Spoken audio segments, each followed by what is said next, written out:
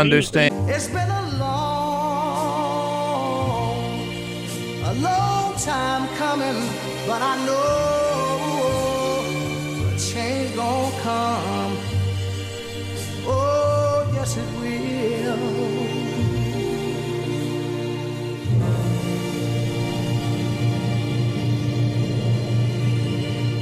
Well, Lisa Bird, it's been 185 days now.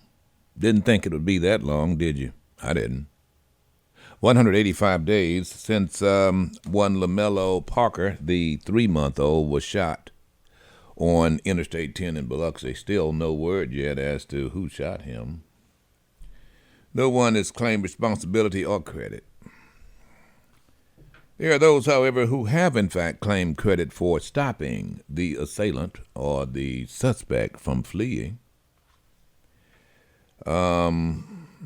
Unofficially, there were, I got wind of some individuals who was bragging about the fact that Smith, the driver of that vehicle, notice I didn't say father, was fleeing and had been driving close to 2 hours, maybe 2 hours and 2.5 hours, fleeing from law enforcement in both Baton Rouge and ultimately in Mississippi, and so he was stopped. A fleeing felon was stopped. And old Rip Daniels is harping on it. He's counting down the days after we stopped a fleeing suspect, a man suspected of killing 2 people. And Rip Daniels is harping on it. Yeah, I am harping on it. I guess you can say that. And you're ignoring the fact that the hostage was killed. You know, there's no easy way to do policing. It really isn't, ladies and gentlemen. I don't envy their task. They volunteer for it. By the way, I really appreciate the deputies who helped me out this morning. I had a stalled vehicle. The motorcycle cops came along, and these guys were very, very helpful, and I really appreciate it. I want to keep traffic moving, keep me moving. But there's no easy way of doing this now. I mean, but the first consideration has to be life, right? I mean, your life and the life of others. Now, in some cases, some real heroes would go your life and then their life, the life of others and then me. And usually law enforcement, those honorable men would certainly take that position. I mean, that's why, of course, needless to say, an officer would be called upon to go in and investigate a burglary that you don't want to investigate. I mean, the thought of that, it's your house, you think someone's in it, I'm going to call the police. And then you expect for a complete stranger to go in there and make sure your house is safe for you. I mean, it's an honorable profession. You guys, I'm going to tell you, what will we do without you? On the other hand, there's some reasonable expectations and some standards that have to be abided by. And we, the ones who are asking you to risk your life, have to be the keepers of those standards. Because ultimately, ladies and gentlemen, those very same officers will, in fact, become John Q. Public. You will retire, hopefully, with pension, hopefully, and then you will be in the same position. Or, for that matter, when you take your badge off and you hang up your service weapon, then guess what? You're just a cop on patrol that just got off work. And you, too, can find yourself in the same position. Or, for that matter, you could very well find yourself on the side of the road with some assailant that you can't handle, and some passerby can see that, and that passerby who's law-abiding and law-respecting will stop, give you a hand, and maybe even save your life. There's nothing easy about doing the right thing. There's nothing easy about it, nothing easy about policing either. However, it should be expected that we all do it and that we all obey. When we don't, then there's consequences. And that's what we're dealing with one LaMelo. There's some consequences here. The hostage was killed. Someone has to take responsibility. The Biloxi PD has all but indicated they've stopped their investigation in as much as their hands-on stuff. They're just waiting to hear from, for the most part, the FBI to confirm what they think they know. I guess they hadn't heard from the FBI, Ro. No lab results as of yet. Well, we don't know. because they're not talking to you, and we've not been alerted. I wonder why. I mean, it's no sense in not talking at this point. But we'll keep you posted. But before we get out of this, I want to offer some advice and some suggestions to the city council members, because you do know you guys have some input in this. And this is to every city council member, and even the board of supervisors. There's a story out. Where is it here? Let's see. Here it is. I think it's a very good story. I don't know what paper this is. Oh, well, I don't know. I don't know what it is. Washington Post went up. Examiner, I don't know. Philadelphia, Pennsylvania is going to. That was the wrong one. It's not Philadelphia. I guess you can hear me shuffling papers here. I thought I had it all lined up, but I don't. Okay, I'll find it. But there is a. Oh, yeah, it is. It was Philadelphia. Looking right over myself. See? What? You got that look on your face. Rip, I have it all organized, and so why don't you just 1, 2, 3. Well, you know how to count on Monday? Thank you very much. I saw the look on your face, Mr. Producer, Director. So Philadelphia, Pennsylvania has come up with a rather interesting idea, and I think it's a great idea, and I hope that it's adopted across the United States, but especially in Mississippi. What is the idea? Here it is. No traffic stops for minor offenses. What do I mean by that? Well, actually vehicular, in other words, equipment. You got a tail light out, you don't stop someone for that. You take the tag number down, you write them a ticket. You could even text it to them if you want to get it to them. And then, by the way, it doesn't have to be the driver. It could be just the person who owns the car. Person who owns the car. Now, hang on. You're going to see where I'm headed with this. Technology has to catch up with our policing. You don't need guys.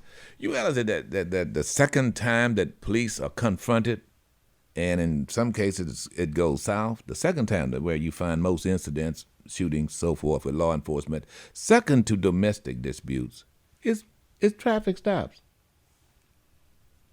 I don't know. But just roll with this just for a minute or two. Rather than jumping up and down and stopping someone, right, for having a tag light out or a tail light out, even for that matter, if you see someone even with a seatbelt unbuckled. Rather than do that, police are more than capable. They have dash cams, of having a dash cam, right? And you're more than capable of pulling it up on your laptop. Most of them have them. You write a ticket to the person. Send it to them. I mean, if there's a mobile number, obviously. But if not, then you're going to send it to their address. Now, I know in many cases, law enforcement utilize this to check things out and check people out. But why? Really and truthfully, now, unless it's a car that's been stolen. For minor offenses, you write them a ticket, you send them a ticket online. Does that make sense to you, Ro? Yeah. You don't have to get up and confront people, stop people on the side of the road. I mean, right, they got a tag out, they got a light out.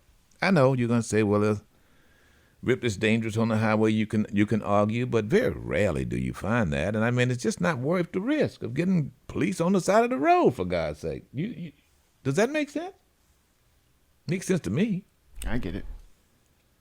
I mean, you just had an officer chase down a guy in Atlanta, Come to find out he was a felon, fleeing felon. No one knew it.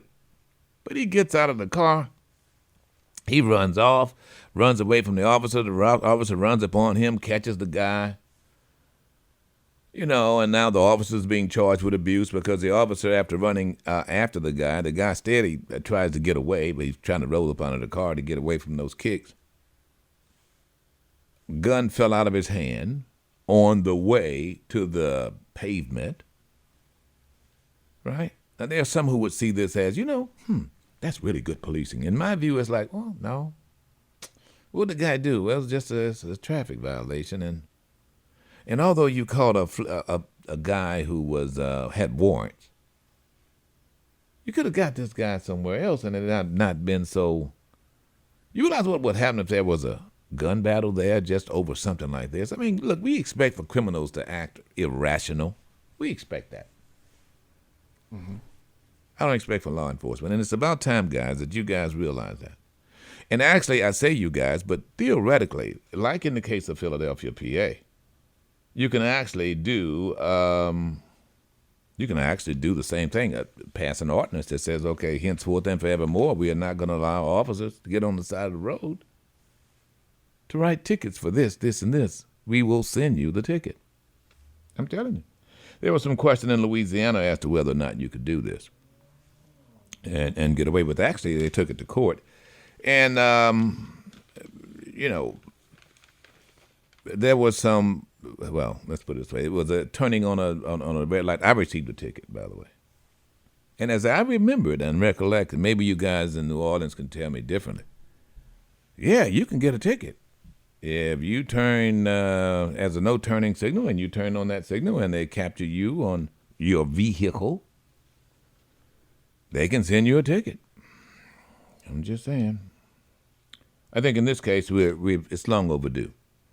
The difference with Rip Daniels is that you have it videoed not just by the street lamp. In other words, what was happening with giving these tickets was that the actual the camera was affixed to the stoplight, traffic light, right, or sign or something there. What I'm talking about is actually being in the patrol car, right?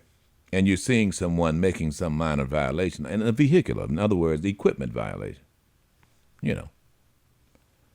then you don't just stop that individual.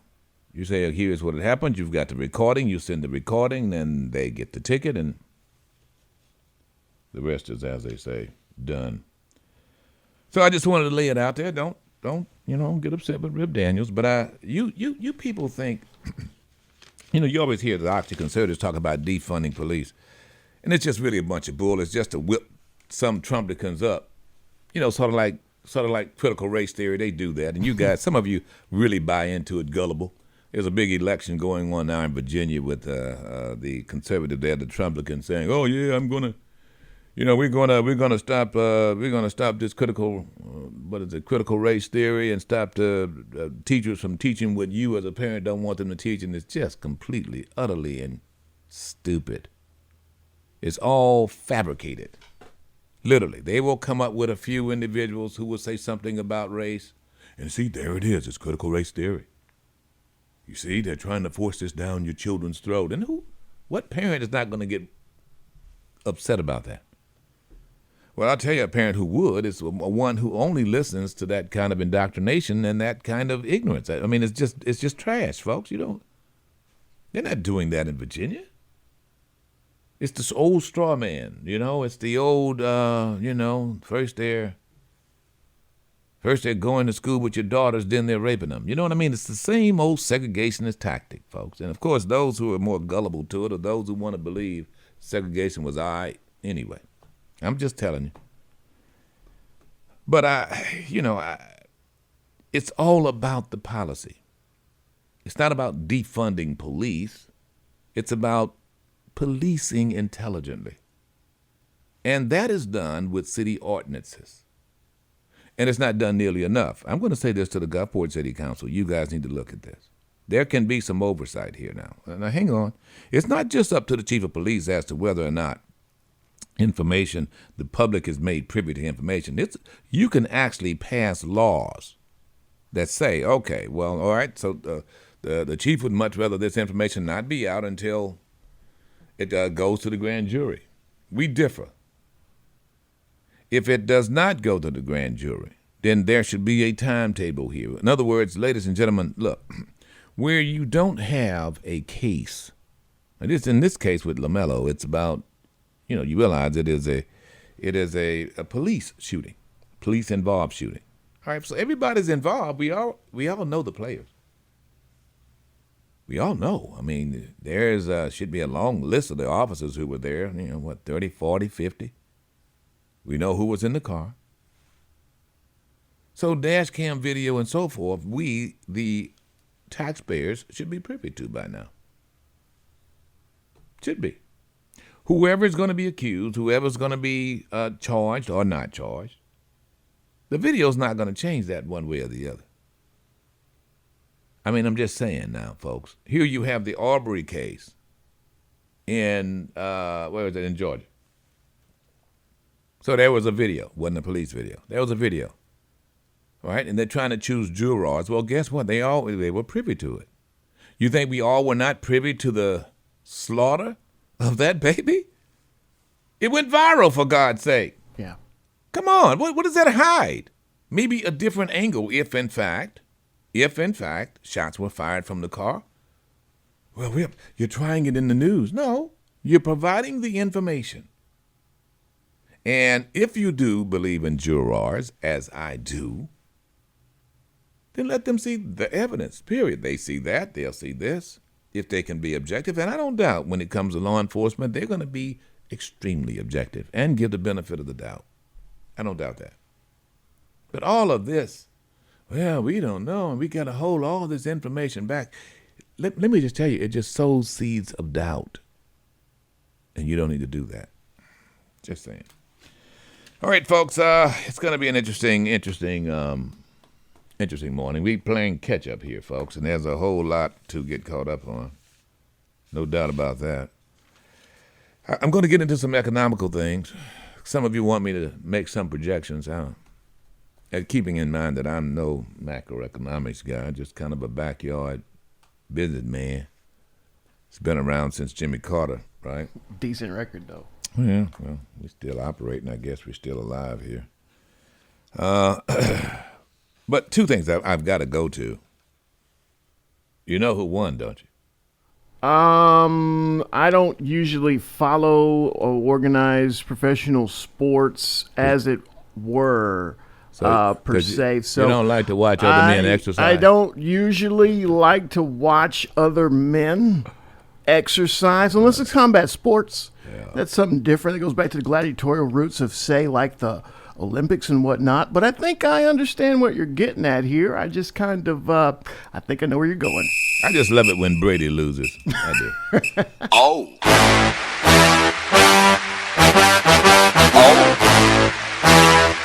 Okay. Ah! Oh. Hey, I'm trying to get crunk. C-R-U-E. Tell them how we gonna go. Tell them why they don't hold on. Tell them why they better run. What? I say something wrong? Stand up and get crunk.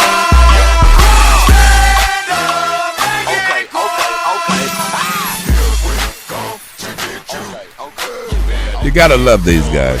Yeah. Weren't they the Super Bowl champs last year? Yes. But that was last year. You know, I think you're gonna have to find some hot 8 too for the jazz song. Okay. I mean, you ain't said I nothing love but New a word, Orleans. brother. I love New Orleans. I really do. I love New Orleans. I love the Saints. I really do. I really love Sean Payton too. This guy is just a coach's coach for me. I don't love Winston as much, but I am sorry he was injured. Now, you got to understand, the Saints won, ladies and gentlemen, with the, I guess, third-string quarterback, Simeon or whatever his name was. Short guy. But, man, he did play a good game. He played a good. You didn't see it, did you? No. I very rarely watched the entire thing, but it was Halloween, and I was waiting for kids to come. They never did because, I have one of this incredible costume. You want to see my costume? No. You do, don't you? No, I don't. I'll get to the stage, but you guys see my costume. Now, bear with me, ladies and gentlemen. I don't normally do this. Oh God. But I want to show you my costume. I'm gonna get Amelia to come in and watch how scared she gets. All right, so Amelia, you can hear me now. I'm gonna put my costume on. I want you to come in. I want to see you come over here by the microphone. You see my face, okay? Is she out there? She is. Amelia. Come a little closer. Okay.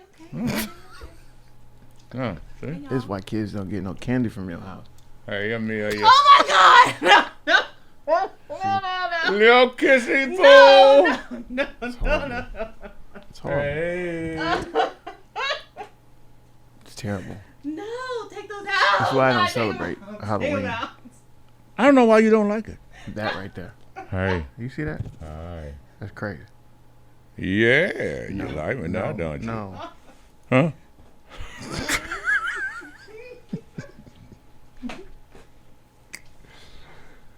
And you know, I don't know why kids. And that's all I put in. I And don't know why I can't. and they come to the door and they run. Yeah, want candy? You know what I always say? Want some candy? Yes. Let me hang on. No. Keep eating candy. You look. You look like this. See? It's a Keep cautionary, eating that candy. You like. cautionary tale. Try this. Try some chocolate. I like candy too. Gross. I love Scott. Look, you don't have to be horrifying. But anyway. Just disturbing. So, Winston, look, he's out, and I wish him well. What's wrong? I know it was ACL. It's an ACL. Yeah. Is he gonna be out for the season? Peyton says it's significant. So. And he started doing something that I had suggested. The thing I was being critical. He started to run. Yeah. He started to use that big body, man. Listening. Yeah. And he was doing exactly that. I guess when he no, he wasn't. He was he running or was he? He may have been running. Now that I think about it, and I wish him well. I still feel that he's not a quarterback's quarterback, but I think that there was some hope. Yeah, it was a running play. I got stuck by Devin White there. Yeah. Linebacker. But I certainly didn't wish that upon him. But man, I'm gonna tell you, It was an illegal tackle too, by the way. Horse collar. yeah, it tackle. was a horse collar. Yeah. So the Saints, in the second quarter, Simeon took it over, and second string beat Brady. Period. Yeah, Trevor Siemian, third string. Taysom Hill is out with a concussion. Yeah. So he's inactive. So yeah, came in, had to finish the job. And the reason why I give Sean so much credit is his play calling and the things he does. He got the Ingram back on, Roby's back there. I mean, because they're really suffering from a whole lot of injuries and so forth. I just like the ragtag bunch that they are. And then they had these people coming out who were catching passes. I didn't know who they were. Sean uses his bench. You just gotta like that. Yeah, he does. On any given day, anyone can be a star off the bench of the Saints, and I love that in a coach. I really do, folks. I really do. Those coaches who just play these guys. Well, just these guys. You know what I mean? I've never liked. I used to coach Little League, and I tried to empty the bench. Of course, I only had 9 players, so it was easy for me. But for Port St. James, and one of them was a girl, and she was the toughest one. Well, she was the largest one, that's for sure. But Catherine, she was good. But I just like that. I like a ragtag bunch. I like the underdog. I'm always an underdog kind of guy. That doesn't mean I just pull for the underdogs all the time, and if they're playing the Saints. But I just thought it was good, and I think Sean represents the misfits, don't you? I do. And You really does. that kind of encapsulates the whole spirit of New Orleans as well. It does. That's exactly right. it A really- bunch of folks who are just kind of put together there, and they just making the best of it. make do with what they got. And having a Mama lot say of you fun. don't have something, make do with what you got. Having a lot of fun while they do it. There you go. I like that. All right, 228-896-9455. I know I've got some more serious things, but there is a new verb that really is bothersome for me. And I don't know if you, as a parent or grandparent, has run across it, but I was driving to New Orleans, and it came up in conversation. And it wasn't the first time I heard it. I heard it in a bar, too. You ever heard of adulting? Yeah. Ooh. Sounds like you don't want me to go here. No, I do want you to go here because I want to see what responses we're going to get to this. Yeah. I didn't say adultery. No. No. I said adulting. It's a new verb. A fake word used by idiots, millennials mainly, in an attempt to turn the adjective adult into a verb in a feeble attempt to describe if a person is actually an adult or behaves in an adult manner and thus doing the things any reasonable adult with an average or above IQ can handle. You cannot adult something. it is a bad or worse. No, it is as bad or worse as the overuse of other words, in the corporate world. Jane is responsible. She pays her bills on time, walks the dog, grows her own food, and calls her mom every week. She is so good at adulting, is the example. Now, it further describes this. When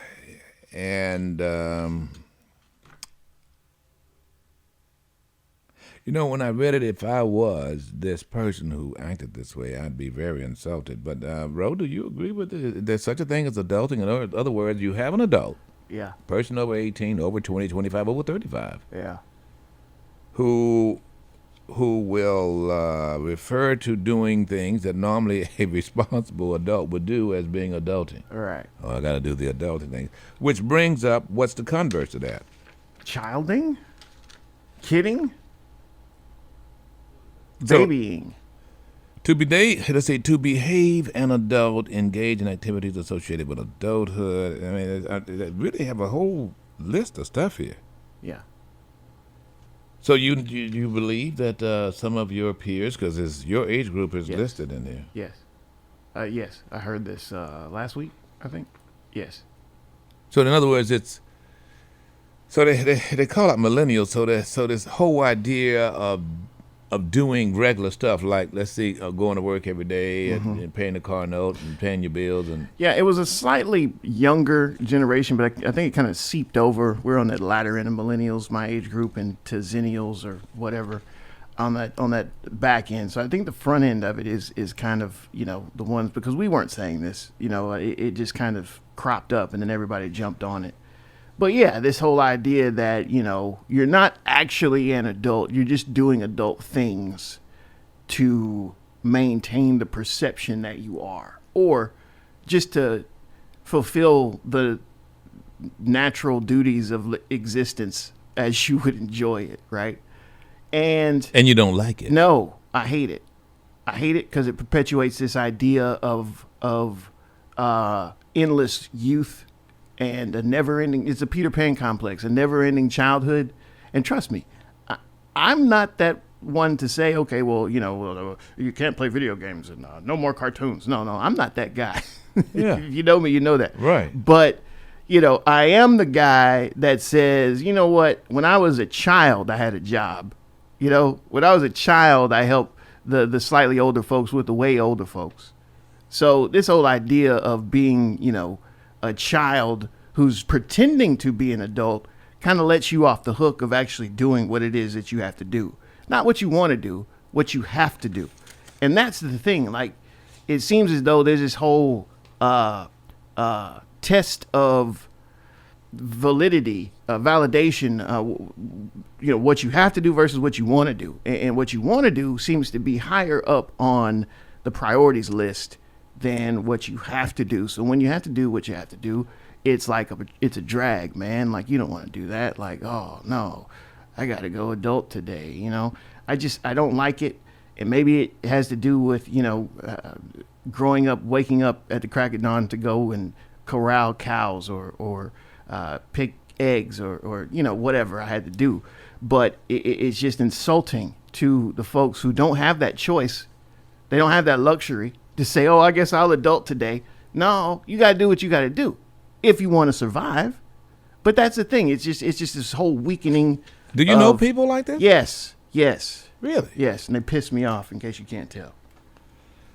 I mean, I love them, but they piss me off. Like, you got your kin folks who you love, but they piss you off. Yeah. And it's just like you're giving yourself excuse after excuse, and you're going to take it because you gave it to yourself, right? So the explanation here that is being given is that, you got a lot of adults now who are living with their parents.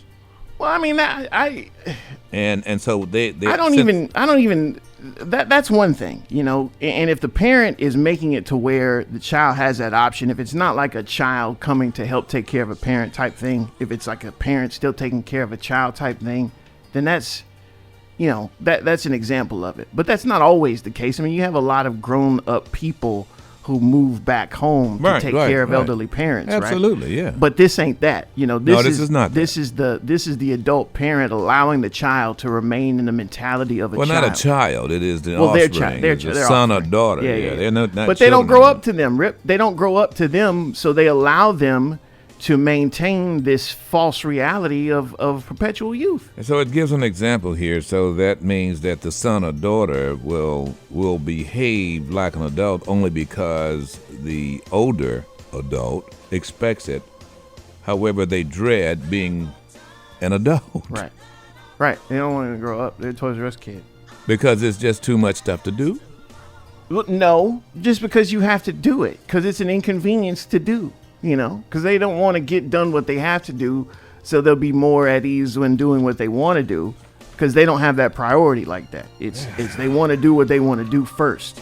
Everything else, you know. I don't know where we're going with this. I with society where you have adults not wanting to be an adult and, Nanny state.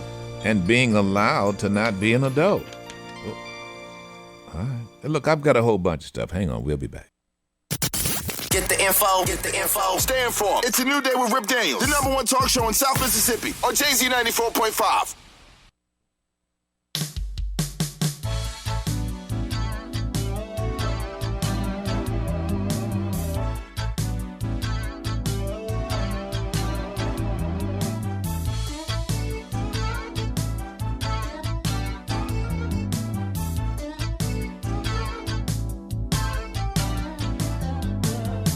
A man can give it, but he sure can't take it. A man can give it, but he sure can't take it. A man can give it, y'all, but he sure can't take it. A man can give it, but he sure can't take it. If you can't stand the heat of the cook, fellas, man, you got to stay out the kitchen. All right, folks, good morning to you. Rip Daniels here. Thank you for joining us. The show is called It's a New Day. It's only one rule. No such thing as right or wrong opinion here, folks. It's Monday. We're getting caught up on all the stuff that happened over the weekend. A lot of stuff going on. Joe Biden's right now overseas in the climate summit. We're going to talk about that a little bit and a whole lot more. I want to go to Miss Faye, though, the matriarch here and an extraordinary pianist. She wanted to weigh in on this adulting thing. Do you know children like this, Miss Faye? I'm sure your children are not like this, but did you know some young people like this? No, my adult children is not like that. But I think that these days when all is going on, we had a president who was still in diapers. Got people that think, whatever. Still in diapers? Did you say still in diapers? Whatever it is. But they got to realize, you have heard the statement, school of hard knocks. Yes, I have. Yep. Yeah. Well, sometimes you got to go through. Yeah. And then if you raise your children that they got to be responsible. My children worked when they was in high school, saved their money. My oldest daughter went to school on a partial scholarship. She joined the, I forgot what they call it, but she got a job at the CIA, Mm-hmm. and we didn't have to pay anything else. Very good. She put her own self out through school. And sometimes you teach your children, okay, the reason why these kids nowadays, because they go to expensive school, and they end up in debt. Yeah. Now, why are you going to start out in debt? That's That's tough. because that's a famous name, and I graduated from here, whatever, if you graduate. So, I mean, it's just the wrong things are being taught. Because you can get a trade or something like that, and it's not, and you can make money. I mean, good money. Yeah, I And agree. you're going to start off that way because you'll learn how to save your money, how to invest, and do the things that's important. All right, Miss Faye. Said it well. But there are people who just don't want that kind of responsibility. I guess that's what adulting is all about, But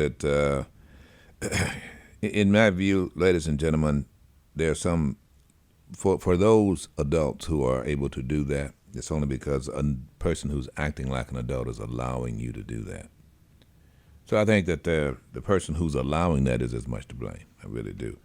On the other hand, if in fact you're on your own and you are adulting, I must tell you, hopefully you'll enjoy your life.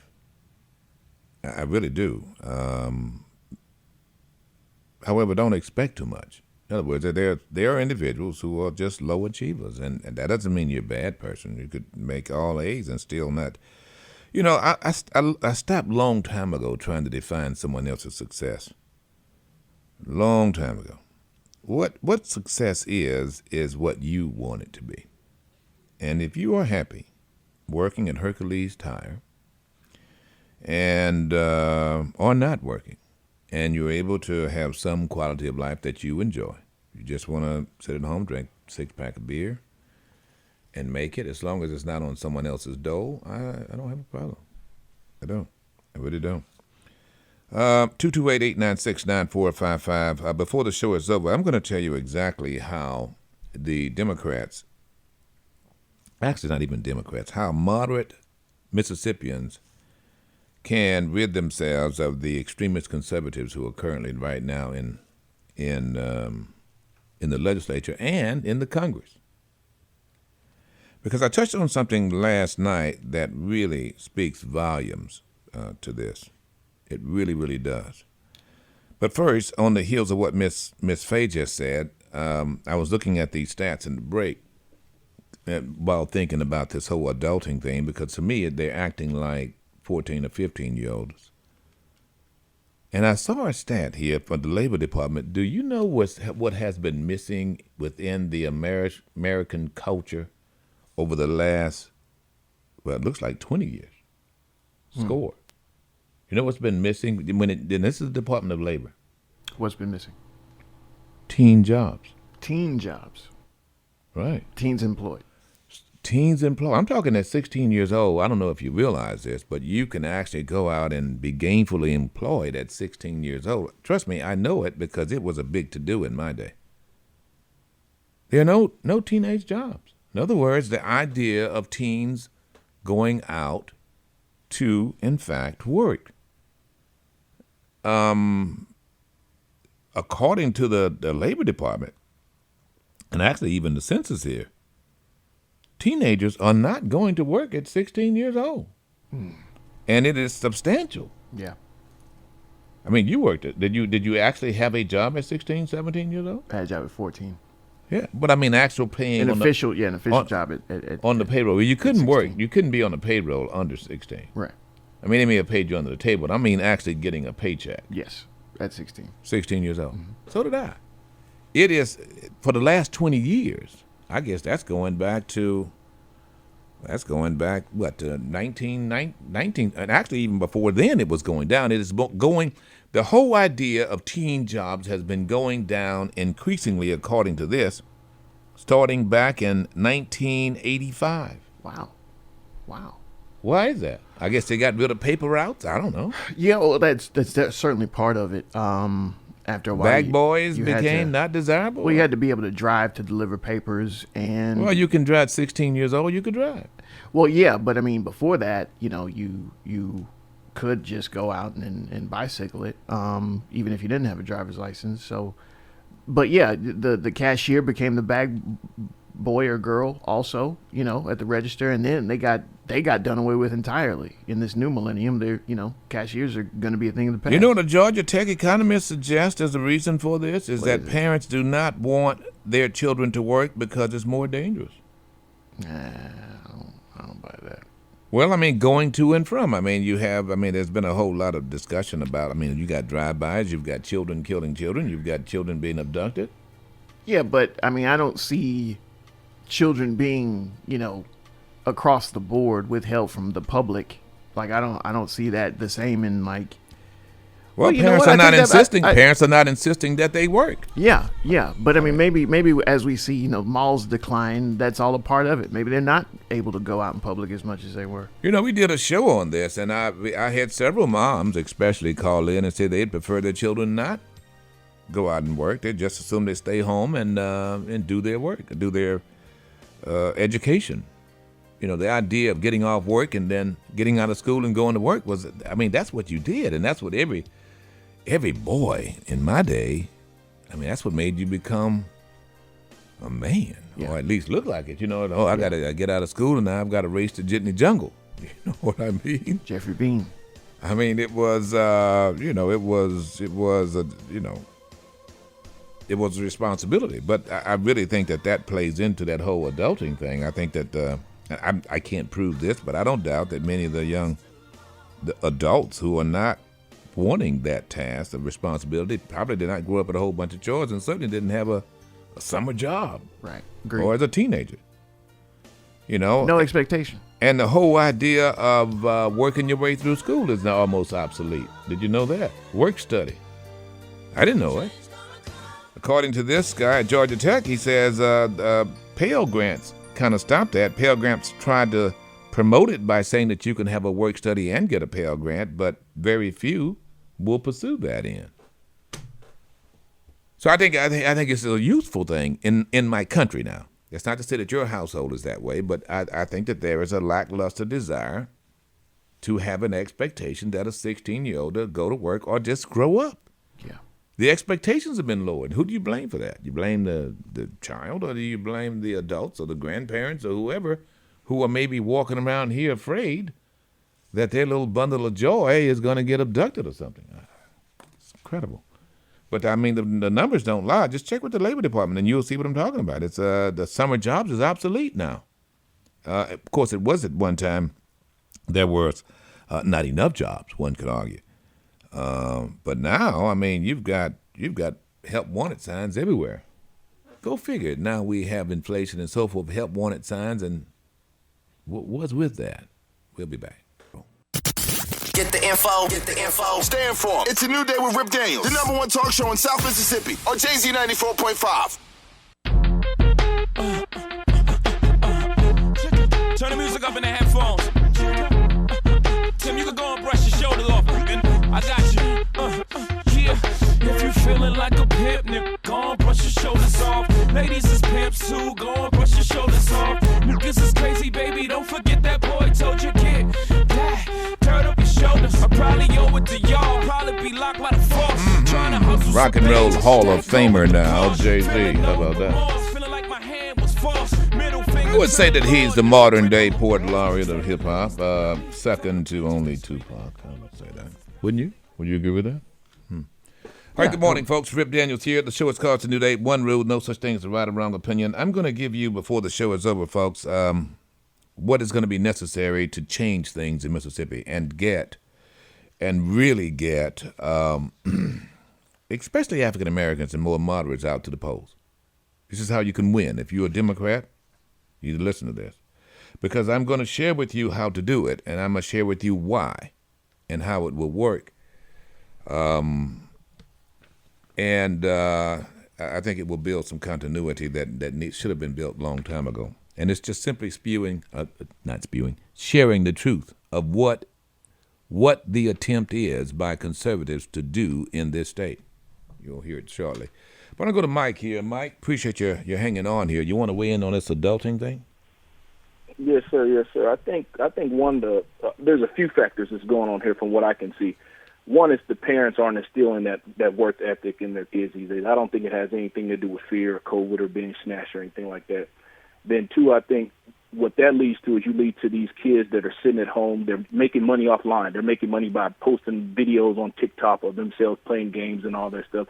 So you still have that microwave society where they want it now. They don't want to work hard for it. They think they're too good for some of these jobs out there. Then I think you have. Well, hang on, Mike. I'm gonna let you get to your third one, but that middle one there about they're making money at home is bull. You have any idea how much money you can make off of Facebook or TikTok or whatever? I mean, how many views it takes to even put? Oh yeah, I got my godson. I think he has. Man, I can't remember. I'll be lying if I said a number, but I want to say close to maybe 100,000, maybe less than that. He makes $200 a week, and to him, that's cool. You know, he's 17, 18 years old. He's thinking $200 a week is cool, and then whatever else he's Whoa, doing with that whoa, money, whoa. you know. So So you're making. You got to tell me how you're doing it because we do this and we've been keeping up with this. So is he selling something or is he just getting views of TikTok? He's getting on YouTube. He's filming himself playing games. All right. And people are coming in of him watching him play the games. And the more views you have, the YouTube they start paying these kids. And there's a lot of kids that are doing. So that he's playing they sit video at home, make games. a couple $100 a week. So he's and playing video games. The craziest thing in my life, my kids sit at home and they watch all day long. They'll watch somebody else playing video games, how they're playing the video game. And I'm like, are you playing? They say, no, we're not playing. I'm watching this guy play. Yeah. And the more views he gets, the more money he makes. But only 100,000 and you'll make $200 a week. What is that? Averaging 100,000? It may be a little bit less. You have to get to a certain amount of followers, a certain amount. Well, of that's what I was saying. It takes then us a that's when they tremendous start amount paying. of followers just to even put a dent in this Yeah. thing. I mean, we're talking 500 to a million, 2 million before you even make enough money to actually mention. But I'll take your word for it. They're doing it. Yeah, they're doing it some way, somehow. But then the third thing that I think one of the main things is, and I'm not knocking anybody. I'm not knocking a grown man, grown woman for doing what they're doing. But these McDonald's, these Wendy's, these Burger King jobs, these are jobs for kids. These aren't jobs for us adults. If it's for us adults, if we're going to go into management, if we're going to be a general manager, a regional manager, yeah, that's fine. But to be a cashier and stuff, these are jobs for kids. This is something for college kids to make a little extra money. And now you got more adults out there taking these jobs from these kids, whether it's because the kids don't want to be there or not or what, but there's plenty of jobs out there. No kid can tell me there's no job out there, but it's two things going on. They think they're too good for the job, or you got more adults taking these kid jobs, and then now the adults are saying, hey, well, we want $15, $20 an hour to work at McDonald's. No, you don't. You don't deserve $15, $20 an hour to make at McDonald's because, for one, your customer service sucks. That is well thought out. You don't deserve $15 an hour. Yeah, that is well thought out, Mike. I really appreciate that. But let me pose something to you just as a potential. What if you have unskilled adults and the best they could do? I mean, could it be that we And have that's a what whole... I say. I don't knock them. Yeah, well, You're what I'm absolutely saying is maybe the reason why they're taking those jobs is because they're unskilled.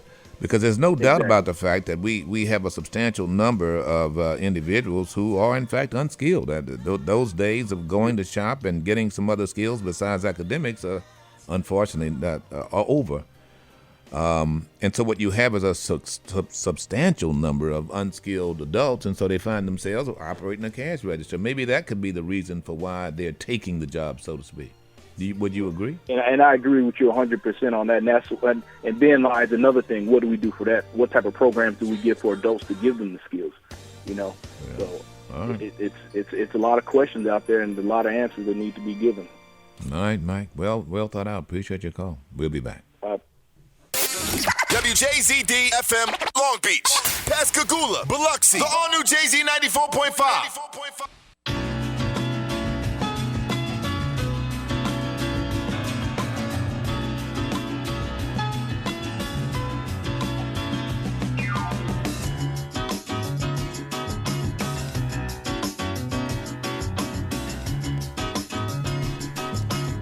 All right, folks, good morning to you. Rip Daniels here. Happy Monday to you. It's beautiful here on the coast. A lot of rain, a lot of inclement weather in the Midwest and out east. Sorry about that. 228-896-9455. That's the number to call. The show is called It's a New Day. One rule, no such thing as a right or wrong opinion. If you have attended any of the HBCUs in this state, you really need to listen to the show. Because I'm going to tell you what is going down, and no one else is going to share this with you but Rip Daniels. And I think and my hope is that it's going to motivate you to do what need to be done a long time ago, and that is go to the polls and vote in numbers. But back to the phones here. I want to go to Ty. You want to weigh in on adulting and young people or teens working? Good morning, Ty. Good morning. So it's a few factors that could go into why teens aren't working, but as a parent of two teens, I must say it's a lot different than when we were growing up. I'm 39 years old. So I noticed that my kids both are engaged in school extracurricular activities. And I noticed that when they leave practice, it's other practices that are also dismissing. And what I've gathered or what I've noticed is coaches are holding kids much longer than what we did when we were going to school. We would practice maybe an hour or two. My son, he stays in practice from 3-ish to 6:30, sometimes 7. Oh, no. And yes, and so I took them both around because they wanted to work, especially this summer. They wanted to do the water park, Chuck E. Cheese, little things that you would think kids would get hired for. And so once they didn't get called, I went back to check with the managers, and they told me, like, we don't want to work around student schedule. We would rather have an adult here that we don't have to keep giving time off, that don't need to be off by a certain time, that doesn't need to go with the band. They would rather have adults. And it blew my mind because usually, like, McDonald's, Wendy's, that's where I started at, McDonald's and KFC and stuff like that. Right. But, the managers were telling me, like, we rather have an adult to work. And I was like, wow, that's crazy. But also I understand that adults are working 2 and 3 jobs. Like, I have classmates or people that I know that not only work for Walmart, but they may work Waffle House too or McDonald's too. They're picking up 2 jobs to supplement their income. So I think the factor is people not wanting to hire kids because they don't have to police them and they don't have to give them a lot of time off. Let me try this. Let me ask you this, Miss Ty. When it comes to priorities with your young men, I guess they're 16, 17 years old. They're over 16 if you're looking for a job. Sports, work, academics. Put that in line. Sports, work, academics. Yeah. Put that in line of priority as far as what you think will better help the development of your child. Academics is first. Okay. For one of my children, he's very involved in sports, so I would put sports before work, but the other, I would put work before sports because he isn't as dedicated, so he would do better in the workforce. But the other, he's dedicated and he's going out for scholarships. Now, we always tell him anything can happen. You can get hurt or you just don't get chose. But we still, even though we can't find jobs out, we still instill work ethics in them. My husband and I, we own our businesses, so you can't find work out there, so you can help work with us. We let them know that you have to work because kids these days, they want so much, but we have to let them know they have to work for it. Right. It's not gonna just come to you. So you think, you have, you and your husband obviously feel that work is as important a development for your child as academics and certainly as sports. Yes, because it teaches skills. For one, it teaches responsibility. If you know you have to be at work at 8, it's your responsibility to wake up. It's your responsibility to get dressed. It's your responsibility to be there. It also teaches you to be loyal and dedicated to something. Because if you want to go to a football game but you have to work, you have to work. It's no calling in. It's not all of that to have fun. And I think a lot of kids need that. It's so easy for them to give up when something doesn't go their way. And so that's another reason why we wanted to instill working in them. You have to work for what you want. Yeah. Does it all play? Does it shock you that I think the economist from Georgia Tech suggested that that 16 and 17-year-old, the summer jobs are not there, and even if they were there, the parents are not as enthusiastic as you are to have their children to work. Does that shock you? It does shock me that parents aren't enthusiastic. I can't wrap my mind around why they wouldn't want them to work. I don't understand why they wouldn't. Well, maybe they don't have to. In other words, how about this? If the parents going out buying everything, then there's no need for them to work. Okay, and I agree with that because I saw a post on Facebook about Shaquille O'Neal saying that he teaches his children they have to work for what they want because he's rich, but they aren't. And I saw a lot of people saying that they're not going to do their kids like that. They're not going to teach them to get it out the mud if they have it. They don't think they should struggle. I don't think my kids should struggle either, but I'm not going to give them everything they need. They need to know to work and not to depend on my finances. Yeah, amen to that. All right, Miss Ty, thank you for sharing that. Thank you. Yeah, I hadn't heard that about Shaquille. What do you think about that, Ro? That struggle thing. I'm inclined to agree with Shaquille O'Neal. Yeah, I am as well. You've got to instill that somehow, and if you're just laying everything at their feet, they'll never get it. But I'm glad you asked her about the order of priority, because I think that's a big problem. A lot of folks are wrapped up in this whole idea of keeping sport as the top priority. Right. And that's, I just don't, unless you are a phenom athlete, and that's super duper rare. I'm sorry, it just is. But unless you are a phenom athlete, you have to be more well-rounded than that. You just do yourself a disservice if you're not. Yeah, I've known parents that no matter what, that little Johnny had to play ball. Yeah. I mean, this AAU and all of that. And look, I'm not knocking you guys. Obviously, it keeps them off the street and all. But the truth is it's teaching them how to play. Right. And not work. It is not a job. Exactly. And you got to ask yourself, what skill set do you want them to cultivate for the future, and which one does them more service? I don't want to just throw this out here just to be for the sake, because I got to change here in just a little bit. But I worked because I knew I had to work. My daddy and mom couldn't afford it. And I guarantee you there are individuals out here now, there are family members out here who have probably far less than my mom and dad at the time. But my mom's very frugal. And so is my father. What they had, they owned. He owned his house, he owned his Bel Air station wagon and his 46 Chevy. But I knew that when I turned 11 or 12, I knew that, I was not going to get everything I wanted. Certainly wasn't going to get everything I wanted for Christmas. So I realized that I had to be a participant. And my dad said as much, that you gotta, you want this, then you need to go buy that yourself. And that was an expectation that I go and work and buy it myself.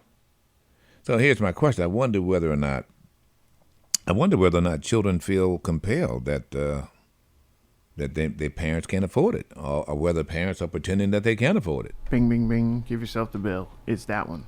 Yeah. It's B. I would never. I could not buy $10 Converse, as we call them. What do you call them? Chuck Taylors now. We call them Converse. I mean, those were the top shoes in basketball players. They were $10. Damn. That's a whole bunch of money. My mama wasn't gonna pay no $10. I bought those.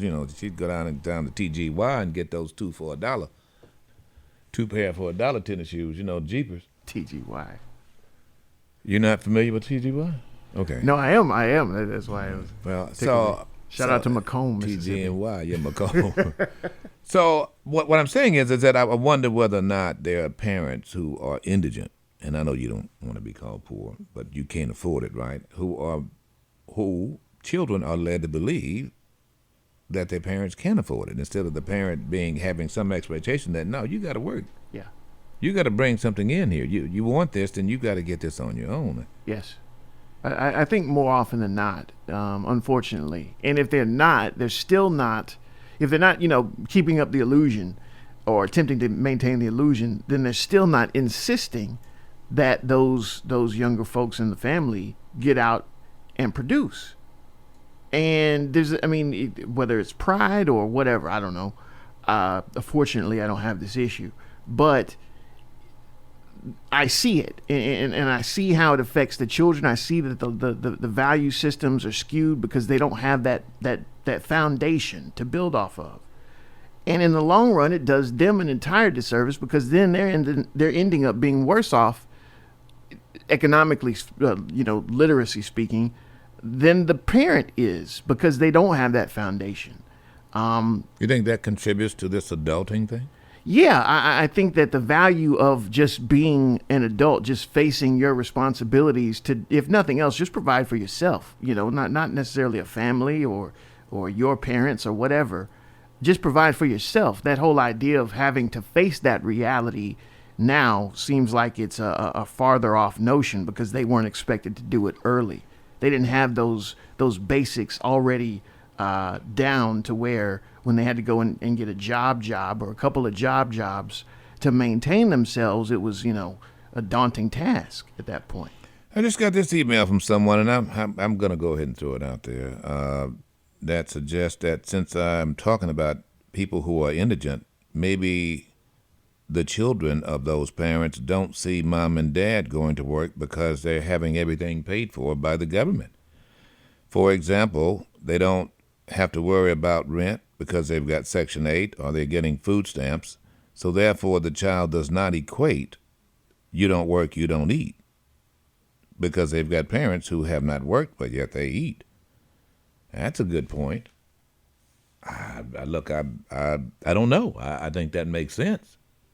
In other words, if you don't grow up in an environment, and the example is there, and you don't see that, and if you're not seeing the example of someone going to work every day or someone having to do things they don't want to do, i.e. work, then maybe the assumption from a young person who learns by example is that, well, I don't have to.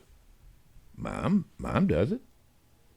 And here it is. We got everything we wanted for Christmas, or we're eating. We've got these food stamps, and we've got, look, maybe that's it. I don't know. I can tell you this much. I don't think it's healthy. How do you stop it? Well, you just can't have that kind of subsidy in perpetuity. I mean, forever. I think that we do ourselves a disservice, and maybe this is the reason. Maybe, of course, don't get me wrong. I don't think necessarily that the adulting kids are necessarily coming from that environment, and then maybe they are. I don't know. I don't think that's only indigent. Is my point.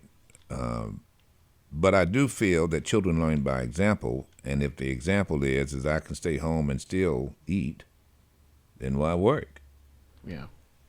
You make an interesting point. Good question. I don't know what the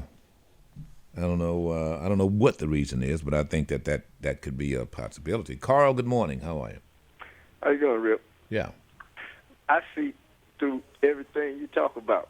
Each lady, the guy, the indigent, which tax credit allowed them to live almost like somebody making $100,000 a year. My sister does taxes. Some of them get $10,000 worth of credit, go out and buy a new car. They don't keep it up because they don't understand how to manage. It's the same way that everybody worry about the infrastructure not passing before Tuesday, that you might get a Republican in Virginia versus Wisconsin, which shouldn't have anything that would do with who you think is the right person to get elected.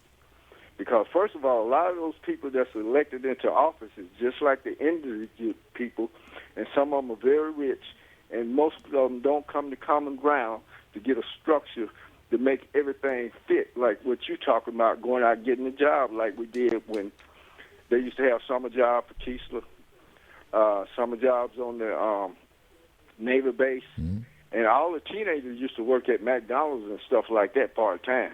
Right. And getting back to what the lady was talking about, and I can understand the guy not have to adjust his schedule. It's the same way with me. I somewhat an independent person, and I deal strictly by appointment. And by appointment, I can schedule myself, but you got to have a lot of management in your cash flow, because if you don't, you ain't gonna make ends meet. You can't go out there and spend up all your money. Right. And like the guy you was talking about, his godson that makes it $200 on TikTok. They got people out there in certain areas that do that. And if you're not viral over $200,000 or something like that, which he was talking about, sometimes cash flow come to you. It's the same way with the person that's the athlete. And you were saying something, Ro was mentioning, if you're not one of those people that's outstanding that has the ability, and you still have the opportunity that somewhere down the line that you might end up hurt. Most of these guys are like Jordan and all them guys now educating themselves like Shaq. So when they do leave, they can take that doctor's degree or whatever and use it towards the money that they made to get to the next level. And you take so many people that think, just like you have in the radio show, that you should allow them to come in and say, well, Rip made $25 million last year. Why not let him use 10 of them and help improvise the tax structure so the certain people could have certain things? Because it's in this infrastructure bill, they put enough in there for the elder and got Medicare cared and they just didn't expend it, but they could work that 1.75, and if they really made it work and quit playing with politics and money, they can grow the government the way it could be almost self-sufficient other than the taxation. All right, Carl. Covered a whole lot. 25 million? Right. No, I don't think so.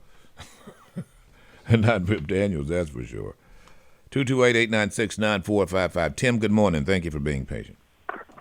Good morning. Yes, sir. How you doing? I'm doing excellently. How about yourself? Wonderful, wonderful. I greatly appreciate the show and the stuff that you guys put out there to keep us aware and keep us, enlightened with different things. But I'm so deeply concerned with where we are in society, whereas it doesn't seem like we're really engaged and really tackling a lot of things that we should be.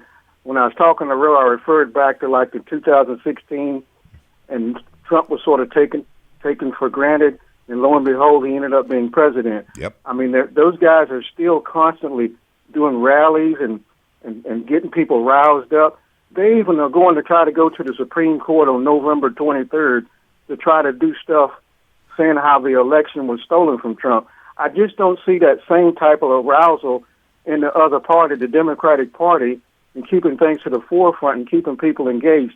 Thank God for shows like you have that you enlighten people and tell people to vote and keeping people engaged, but I just don't see that intensity.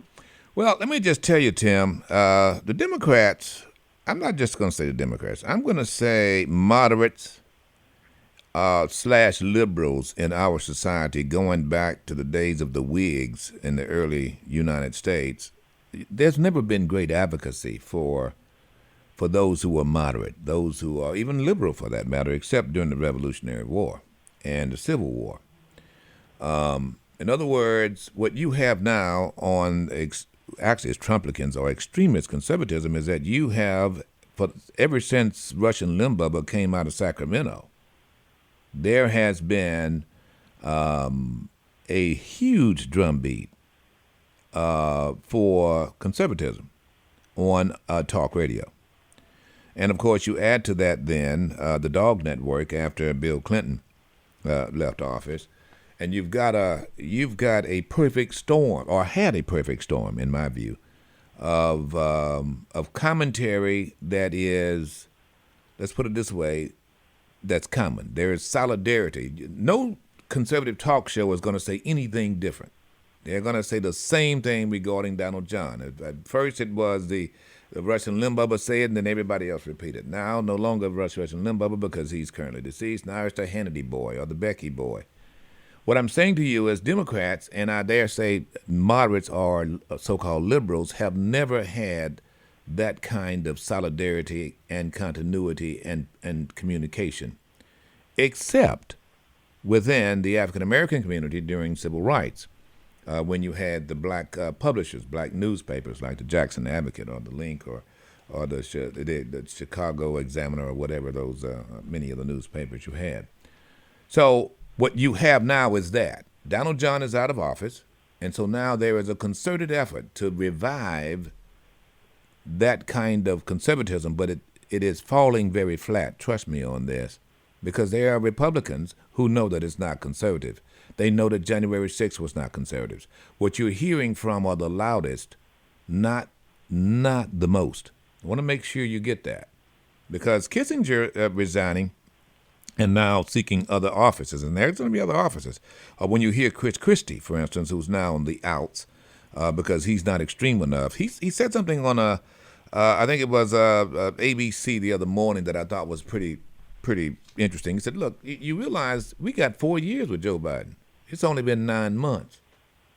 And there are those, unfortunately, even some Democrats who are expecting miracles. He's supposed to come in, he's supposed to change everything. Right. And the reality here is that just does not happen. Ever. And so, but what he has done, and my compliments on it, is withdrew from Afghanistan, which is going to save this country a tremendous amount of money. The trillions he's talking about now, coming up with the infrastructure, what he is failing to do is indicate as much. So now left in the budget, you realize the continuing the war in Afghanistan was written into the budget. Now we've got a new budget coming up. That $1.5 trillion it's not going to be in the budget for Afghanistan. But it had been for the last 20 years. So what Joe is saying with this infrastructure bill, and he needs to explain this, is that, okay, we could maintain the $1 trillion for infrastructure that we were putting into Afghanistan. No change. Got me? But they're not articulating that, and they don't have talk shows like that's comparable to the national talk shows you'd get with Rush and Limbaugh or the Becky Boy. Let me just tell you this, Tim. The greatest motivation in the last presidential election was, in fact, the double impeached Donald John, getting out reasonable thinking people, moderates, liberals, and those Republicans who knew that this guy was a pariah. They still know that. There's a lot of PO'd Republicans out here. Now, and you got to trust me on this. I think Virginia tomorrow is going to be interesting. There's no doubt that it's very close. But what is happening there is the indoctrination of talk radio and what I call the dog network, Fox Radio, Fox Network. If you listen to them and listen to them only, you will come away thinking that everybody is, this country, they're just going to come in and they're going to run ramshot. Well, you got 4 long years and a few court cases and a whole lot more. There's going to be a lot of revelations coming out about the double impeached Donald John. And I don't doubt a whole lot more successes when it comes down to Joe Biden. I'll tell you why. Because the amount of money that's put in, every time you've had a so-called conservative in office, going back to actually Richard Nixon, followed by Jimmy Carter, they have trashed this country. They have protected the so-called job creators, as Bush called them, and have broke this country, literally.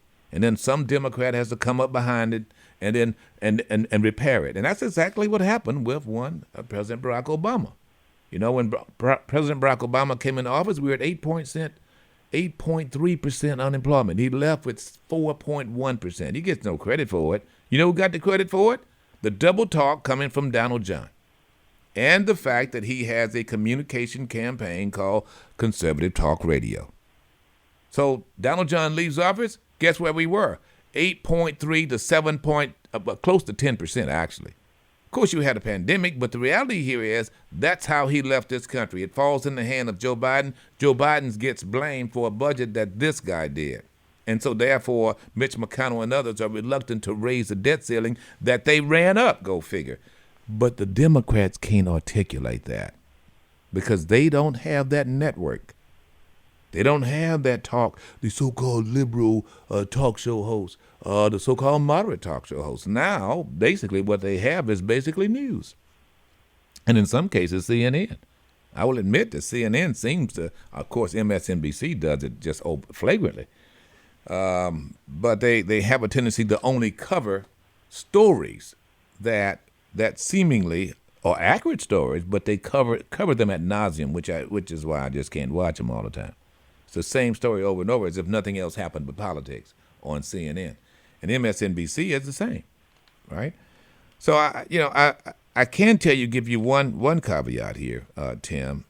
Things are changing, and they're changing because Donald John is staying in the picture. The more and more you get these folks threatening school board members, the more and more you get these people talking about the so-called anti-vaxxers, and while the rest of us are saying, look, we're at war with COVID and not with you. We are only at war with you if, in fact, you want it. You know, the more and more you hear that, more and more, look, staunchly conservatives have gotten their vaccinations and realized the key to this is what Joe Biden said, and the reason why we're in this shape is because we had a president who lied. Amen. And you can't ignore the lie. I mean, in his own words, you can hear this guy saying, it's worse than the flu. But yet he came back and told everybody, no, it's not. It's just going to go away. And even added insult to injury, suggesting that we as good God-fearing Americans would panic. Let me tell you, if you were to tell that to any conservative before Donald John, you had a fight on your hands. Panic? Really? We don't panic. We fight.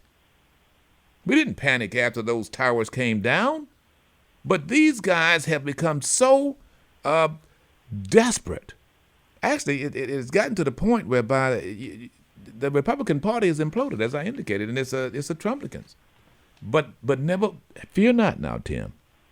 You got enough of them right now who are seeing through this. And they're going, whoa, whoa, whoa, this guy tried to take over the government January 6th. And now this guy is saying that, okay, well, you're not going to be held in contempt of Congress. He pardoned all of his guys.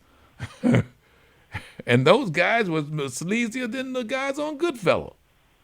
There are some very honest, hardworking, good thinking, even fiscal conservatives who knew that when Donald John took office, his first year we topped $1 trillion in budget deficit. President Barack Obama left us the lowest budget deficit. It was a deficit, the lowest budget deficit in 12 years. It was below $600 billion. Now, there's still a lot of money to be owing. But before then, we came on the heels of Bush and a serious recession, we were trillions of dollars in budget deficit.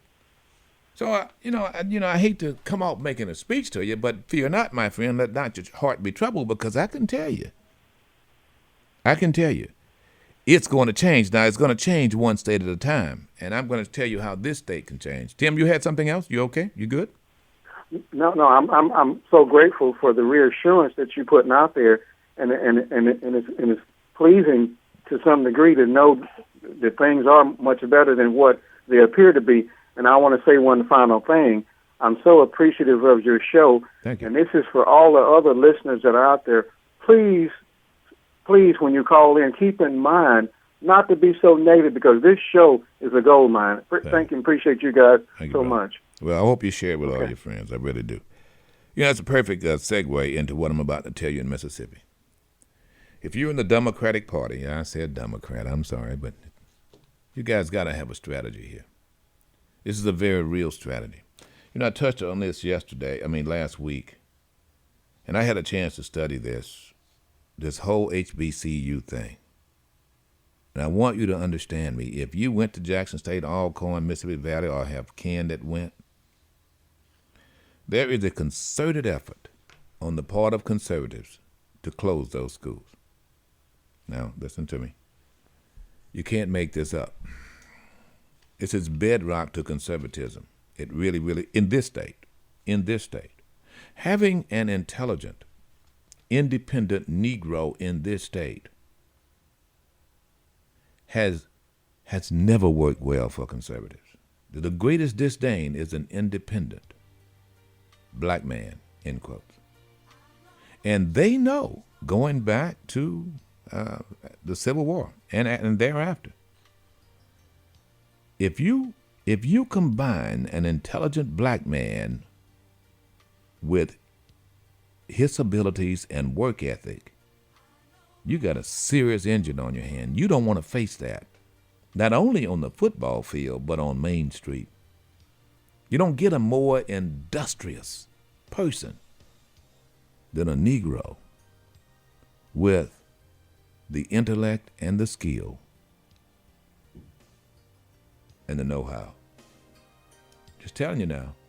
Look, I'm not comparing. I'm not saying we're superhuman. I'm just simply saying there are many of us who have had far little and did far more, is my point. And I can give you some names here. It's very easy. There have been substantial millionaires in this state, and even during Jim Crow. And they were the main ones who became a target. Serious target by conservatives. Now notice I didn't say Democrats, I didn't say Republicans, I said conservatives. At that time, the conservatives were inundated in the Democratic Party. But there's a concerted effort to close higher education, and always has been, and especially now, to eliminate the possibility of that competition and that independence. It is far better for conservatives to have a completely dependent underclass. It's a feudal system. Now, if any one of you conservatives want to argue with me, I really wish you'd call. I really do. Come on, grow some gonads and call me, and let's have this debate. But I can tell you right now, if in fact the Democrats reveal the fact that there is a concerted effort to close HBCUs in this state, it will motivate Negroes to go to the polls next year in droves. And there is adequate proof that they want this done. I'm going to give you the evidence. Going back to the Ayers case. Go ahead, thumb through your computers, pull up the Ayers case, the so-called settlement that happened back in 2001. We'll be back. Get the info. Get the info. Stay informed. It's a new day with Rip Daniels, the #1 talk show in South Mississippi on Jay-Z 94.5. Southern University. What's up with y'all? Alabama State. I'm back. FAMU. Clark, Atlanta. It feel good to be back. Shake your money maker. Don't let that money maker. Shake that money maker. Don't let that money make it. Oh, shake your money maker. Don't let that money make it. Shake that money maker. Don't let that money make it, baby. Yeah, shake that money maker. Don't let that money make it. You know I accommodate you. Can I accommodate you? I make you cool. I know you're home lately. All right, folks, good morning to you. Rip Daniels here. Thank you for joining us. The show is called It's a New Day. There's only one rule. There's no such thing as a right or wrong opinion here, folks. I want to get to this, and hopefully some of you will appreciate it. There is a way to motivate, especially African American, to the polls next election, and it needs to be done. And that method of motivation is a very real motivation. It's not some fabricated kind of hate, kind of critical race theory, or they want to come in and make you do this, make you no. Not straw man motivation. No straw man. This is very real. I'm about to tell you, ladies and gentlemen. For those of you who don't know it, there was an admission, thanks to one Jake Ayers, in a lawsuit that was filed against the state of Mississippi. That's you and I, whether you know it or not. And that lawsuit said that since the beginning of HBCUs after the Civil War, they have been underfunded. There's no doubt about that. There's several books that I could give you to it. Dark Journey is one of them. The History Emeritus there at USM did this, and when you read it, it will dawn on you that, for instance, just public school teachers, African American, was paid less than Caucasian school teachers. Same with the professors at any one of the HBCUs. Now, here's what you have. What you had, first and foremost, was a historically black college setup, right? After the Civil War, that was extraordinarily supported by the men like J.R. Lynch and others who were African Americans in the legislature, right? Before the Civil War, there was no public school system set up in Mississippi. It took a Civil War to actually get a public school system set up in this state. You got me? So then came the universities like Alcorn, which one of its founders is Hiram Revels, one of the first African-American U.S. senator, actually, from Mississippi, just period. And so they put up these agricultural colleges like Alcorn, Mississippi Valley, and, of course, even Jackson State, for that matter. So they were underfunded by the time you get around to 1875, when the old Confederates took back over the legislature, the segregationists, basically. That's when Jim Crow became the word. But the HBCUs continued to be funded and underfunded. And the whole reason for that was to prohibit those universities from being anything more than a school that can go where farm boys can learn how to farm more, especially in the Delta. Got me? However, they did not want to have access to those schools. Period. Last week, I touched on this and how difficult it is. Here you have these HBCUs in the middle of nowhere, on a cow pasture. And they'll go in and even supposedly just grudgingly will build a stadium, hold 30,000, 50,000 in the middle of nowhere, and have 2-lane roads coming from 4-lane highways. And no one thinks, well, we need a 4-lane highway going straight to that school because it will adversely impact the economy in that area. I mean, around every school. Look, you do understand that Mississippi State, I mean, it's in a location at the cow pasture, basically, agricultural town. If there was no Mississippi State, it wouldn't be there. But you have access to it. Major highway. Same thing with Ole Miss. Major highway. But you don't have that access, and there's a reason for it. Here it is, 2021, and no access right now. That information combined with the fact that in 2022, the $500 million that was awarded these schools as a settlement, you see, because they were underfunded, it was proven by Jack Ayers, and that Mississippi owed the HBCUs back pay, literally.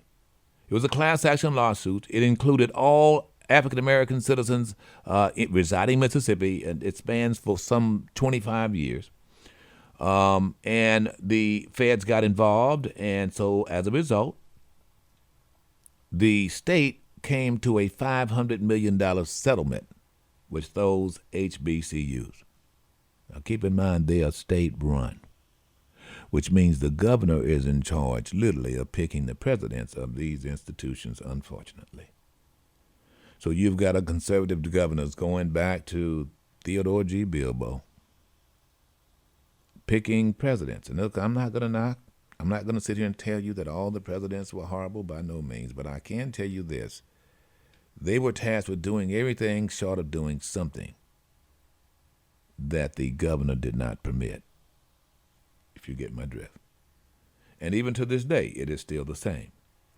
And there is disparity. However, the money was dispensed, but there were some caveats. There were some requirements. The requirement is that they had to set up 2 endowments, right? One private, one public. The private endowment has gotten nothing, literally, no more than $1 million. They're supposed to have an endowment up to $35 million. It's got $1 million in it right now. But there's something even more. The funding for the Ayers settlement is set to decrease. It was set to decrease 2018 and be gone next year, 2022. 2022. Whatever millions were expected are gone, and there's no endowment to maintain those schools, the $35 million. Now, that's pretty serious. In other words, you've got HBCUs in this state that could very well teeter and close, and no one is saying a thing about it except yours truly. Maybe a few others here and there, but certainly not the governor. Certainly not, should I say, conservative legislators, because they want them to close. That's why you're not seeing any more investment into the roads and bridges going out to them. It's atrocious. However, I think there's a silver lining. And that is, if in fact this information gets out, then it's going to motivate the alumni of Jackson State, Alcorn, and Mississippi Valley State especially to go to the polls and vote the congressman out next year. What Democrats have got to do is articulate this. Now, there's another caveat to this Ayers case. You realize that they were also, meaning the historically black institutions, were tasked with getting 10% non-African American student body. Valley State has not acquired that yet. That's right, 10%. It could be Native American, it could be Caucasian, it can be anything else but Negro. They had to get 10% of their student body. Now, it could be day students, had to be non-African American. Where is it? Since 2008, Jackson State University and Alcorn universities have met that requirement. Since 2012, Jackson State managed to have more than 10% non-black students, meaning that the university was able to manage where the funds were spent. In other words, they had to have affirmative action, you understand. They had to have a quota for those of you, conservatives who don't like that, there was a quota that said you got to have 10% Caucasian. And look, by the way, I'm not knocking it. I'm just explaining it. Valley State has not been able to do that. Mississippi Valley State has seen an uptick in enrollment, but recruiting non-black students it's proved very, very challenging. In past years, the most non-black students at Mississippi Valley State has been 5%, which means, ladies and gentlemen, they could very well be on the chopping block. Just basically looking at this, what I'm suggesting to you is that the greatest motivation for Rip Daniels right now and for you to go out to the polls and vote against anybody, and I'm going to tell you, most of the congressional delegation, with the exception of one Benny Thompson, are against HBCUs even existing. And they don't want it because they don't want the competition. They don't want to see the kinds of individuals who are graduating from those HBCUs come back to this state and manage this state. And the only way you're going to stop them is to vote them out. And if, in fact, the Democratic Party makes it very, very clear, billboard, otherwise, I don't know, they put it on a carrier pigeon. If they put the information out exactly the way I just said, in 2022, the Ayers case is done. And at that point, you realize how close we came approximately 5 years ago from the HBCUs being defunded? You don't remember that discussion? We'll be back. Get the info. Stay informed. It's a new day with Rip Daniels, the #1 talk show in South Mississippi on JZ 94.5. 'Cause I was born in a dump. My mama died and my daddy got drunk. He left me here to die or grow.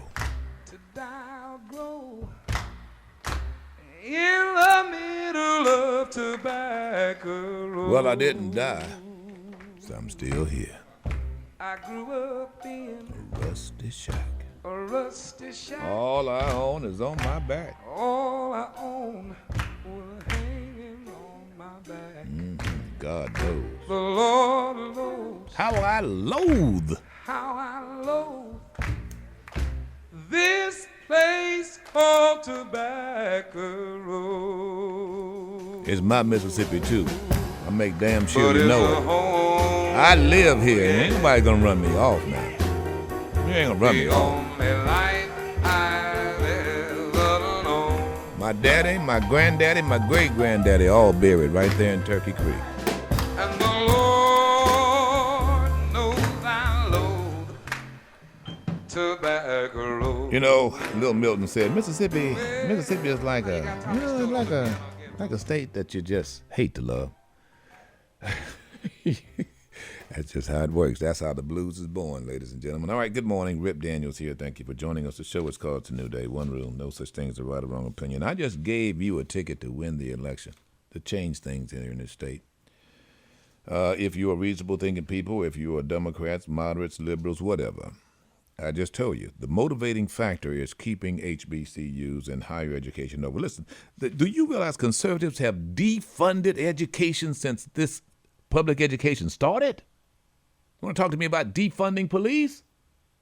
Let's talk about defunding education. Provable. Evidence. And right now, the higher institutions that are graduating more, have graduated more African Americans than any other institutions, are going to be under attack, especially next year when the Ayers money stops on 2022. And there's, if you are an alumni, any one of those organizations, or if you revere them, as I did, I didn't go to HBCU. I didn't. But I can tell you, I said I didn't go. I wasn't enrolled. Oh, I went. No doubt about that, thank God, between FAMU and Jackson State. All right, let's go to the phones here, folks. It's Monday. We get caught up on all the stuff that happened over the weekend. A lot of stuff. The president's now is overseas there at the climate summit. Got to weigh on that a little bit, but I really want to stay here as best I can. Herbie, good morning. How are you? Good morning, Rip and everyone. Rip, I was thinking that Harris and Biden might take care of that problem, with those black colleges. Because they spend so much money and time sending black kids to prison, doing long prison sentences for nonviolent offenses. You do understand that these are state colleges, right? Do you understand that these are state colleges? These are state colleges, bro. I think you made a great case for them to receive reparations, don't you think? You do understand it was the federal government that but sued. Do you think should receive reparations? For There's no reparations. That's no. You said they gave them some money. In other words, the $500 million was reparations. The $500 million was reparations. That's like reparations. See, when they give Jews reparations. All right, brother. Look, you can keep your ignorance and your bigotry. I ain't in the mood today. I ain't in the mood for that. You want to be constructive on this show, then be constructive. You'll call back. But don't be ignorant today. I'm not in the mood for ignorant today. Play that another day. Let's say that for Wednesday. Wednesday is ignorant day. Okay? Ain't gonna be ignorant today. Bedrock, good morning. Good morning, Rip. It's not ignorance.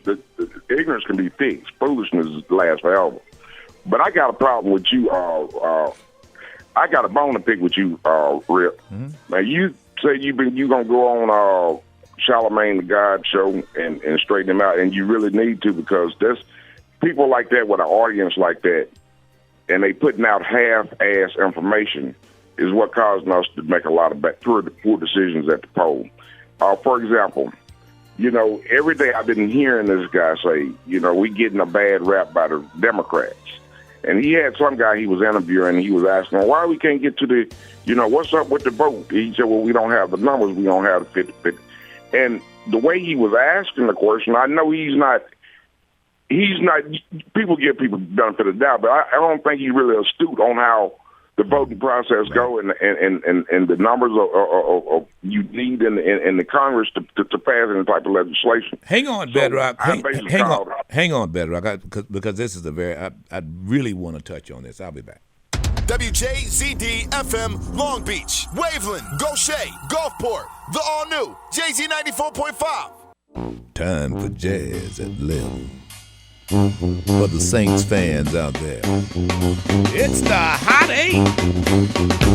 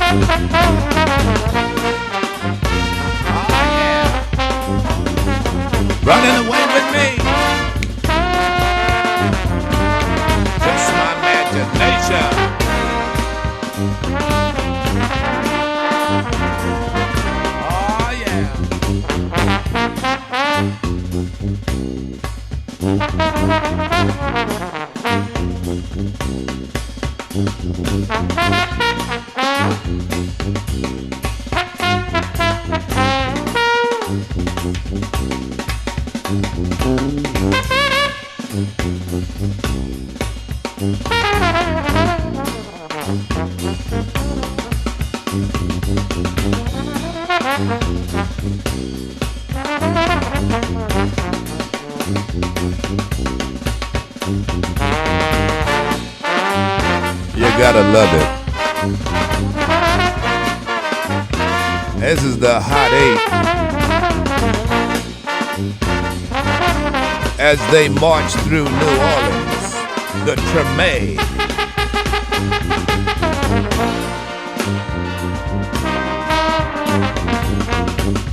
Just my imagination. You know, I needed this.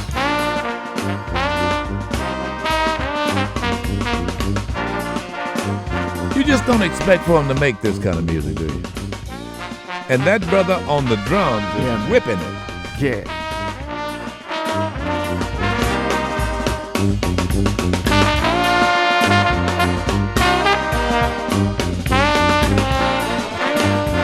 All right, folks, like nowhere else in the world. Oh, bro, thank you. You're welcome.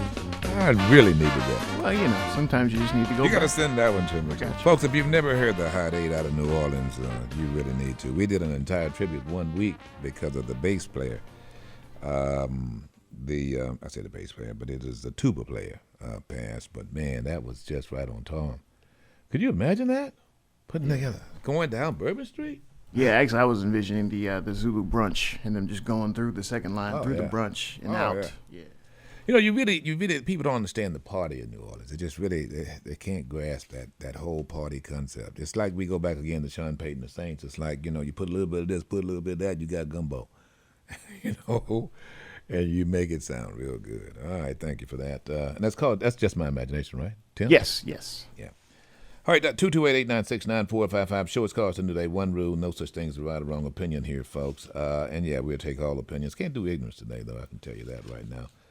Looks like, can you believe this, that Lindsey Graham called for law enforcement to shoot? Yes, I can. He said, well, you got guns, so why don't you use them? He did. Of course, now you realize he said it then. He didn't say it thereafter, did he? No, he didn't. Now he's circling the wagons around the very guys he told the Capitol Police to shoot. Go figure. Right around the caboose. All right, 228-896-9455. I want to go back to my friend Bedrock. And Bedrock, you bring up an interesting point. Let me just tell you what is happening here, be it with Charlemagne or others. They get into national politics and not realize that, as Tip O'Neill said, all politics is local, right? So what Charlemagne needs to look at is, well, not only what's happening in New York, but what happened in South Carolina, you know, and Tim Scott. You know, the reality here is what is stopping the bills from being passed are conservatives who are stopping it. It wouldn't matter. Right. It wouldn't matter that you how many Democrats if conservatives were not standing in the way of it passing, period. Because and that's simple thing they can't see, real. And I just wish you would go on and get on there and straighten them out. I'm just waiting on that day. All right. We're gonna see. We'll see, brother. Appreciate it. I'll give it a shot. All right, real. But I can tell you, even closer to home, you'll have that. Some of you who are watching television, you'll hear, well, the Democrats didn't get it passed. They didn't get it passed. What is happening is it is not being passed because there are some of your very congressmen who are not voting for it. And that you can't ignore. Right here in this state, there are 3 conservative congressmen who are not voting for this. Both of Mississippi state senators are not voting for this. You wouldn't need Manchin. You wouldn't need whatever her name is. You wouldn't need anyone else. Thank you. Christian, yeah. You wouldn't need any of them if, in fact, your elected official voted for it. If in my case, it was Stephen Palazzo. So you wouldn't need that. First and foremost, let's deal with that. We are sending people up there and then expecting for others to do it. The only congressman from this state that that is voting on behalf of all citizens here is one Benny Thompson. And there are individuals who want to criticize him, go figure. It's because they're getting caught up in the conservative indoctrination, like it or not. All right, and then there's this, folks. Matt Gaetz, you know, the one who's accused of soliciting to a minor. He suggested that we need to blow up the metal detectors in the Capitol. Is this real, bro? Yeah, you know, I thought it might not be, so I did a little bit of searching, went through that whole spiel, and I found it. It's real. My friend Lauren Boebert from Colorado, they put in metal detectors on the floor of the house because there's like a 5'0" woman. She carries a firearm for her personal protection. So, they got triggered by that. I said, man, is it Tananite or C4 we want to put in those metal detectors when we blow them up and we take them to charity? Yeah. See, that's the kind of stuff that conservatives think is funny.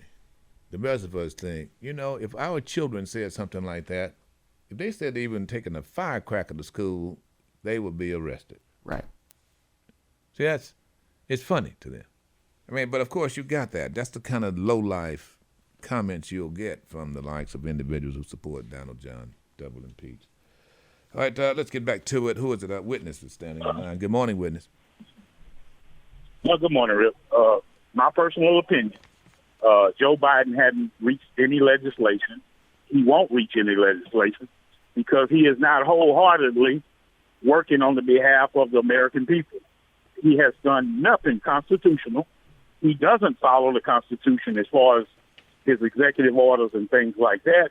Those are things that he wants to do without legislation. So it's a dereliction of duty, definitely, as president and as the leader of this nation. Well, let me ask you this: what bills does a president pass?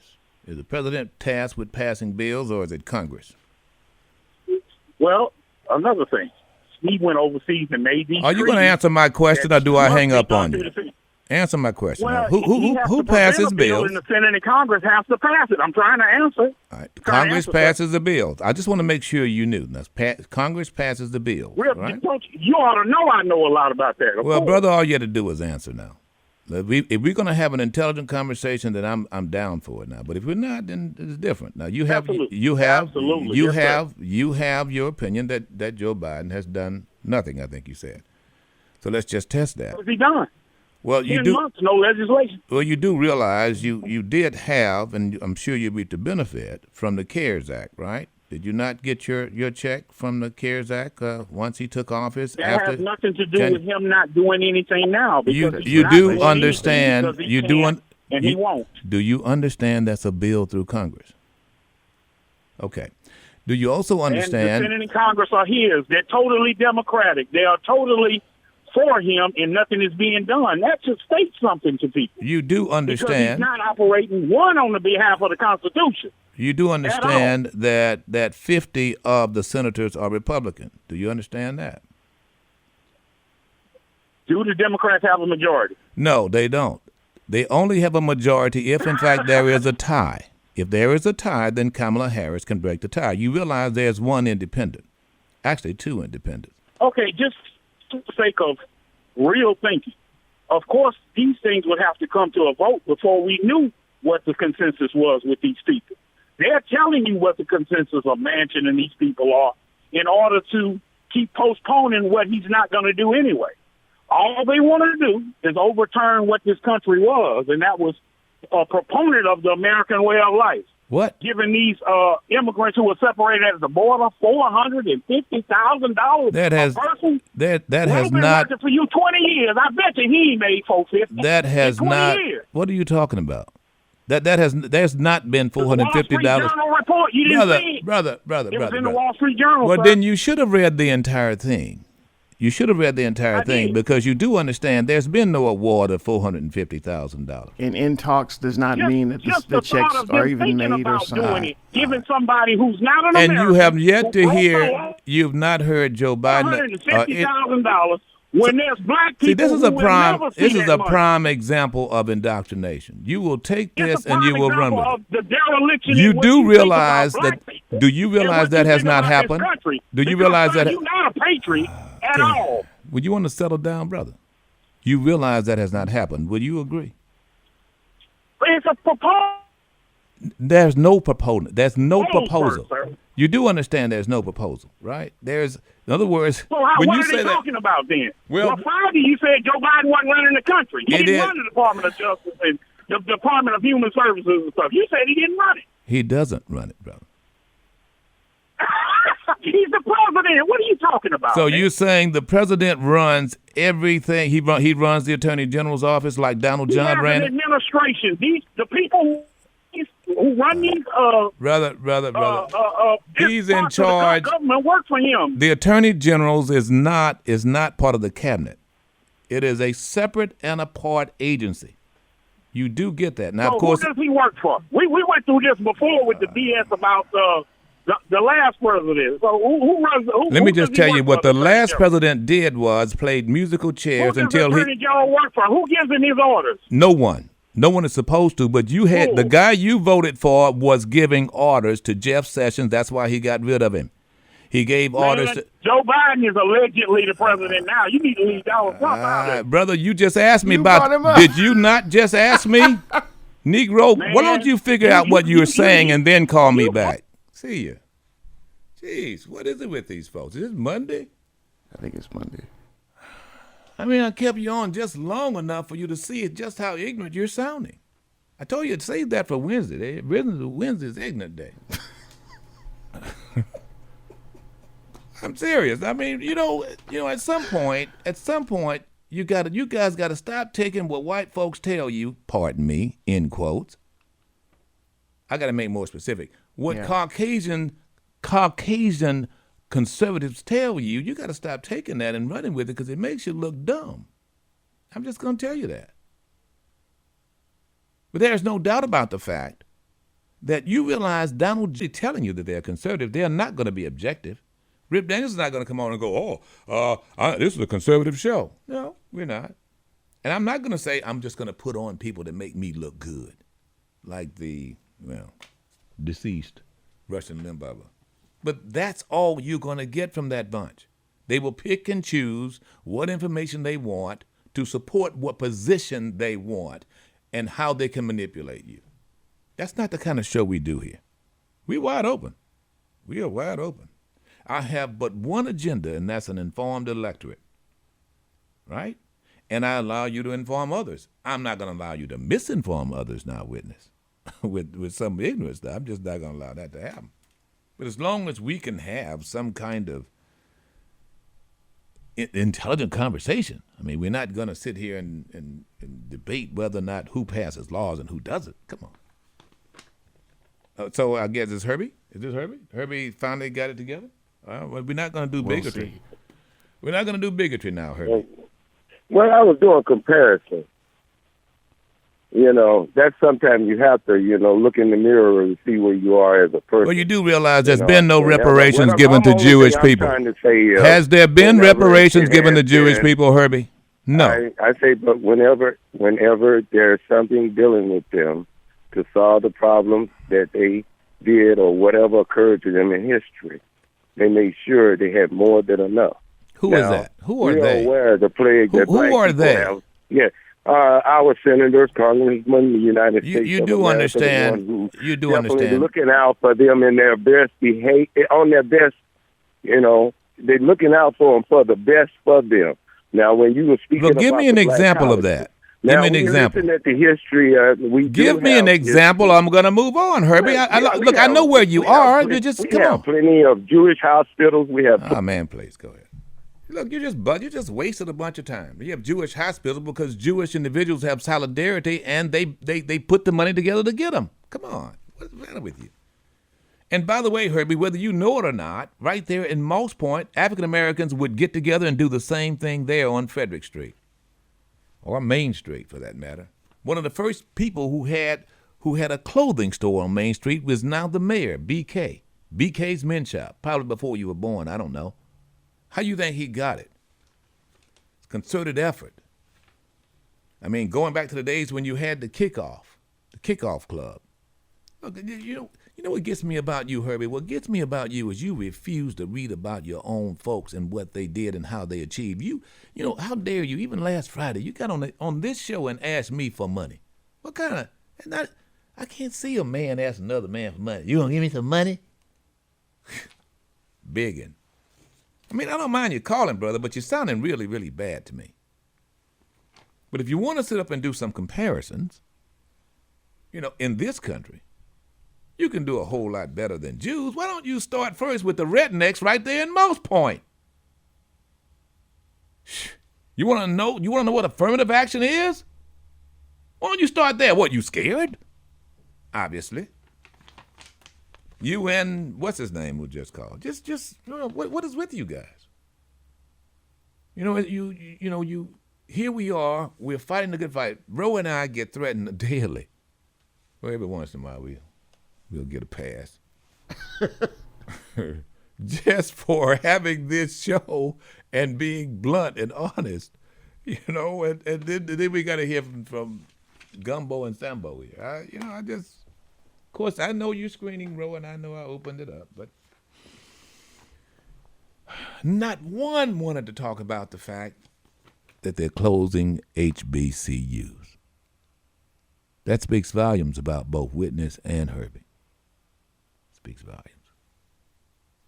Now, if you've ever gone to any one of those institutions, even during a football game, trust me, you'll understand why culturally it is so significant.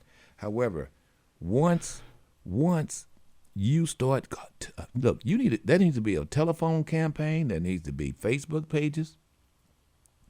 You want to stop the steal? You need to have a stop the steal right here in this state.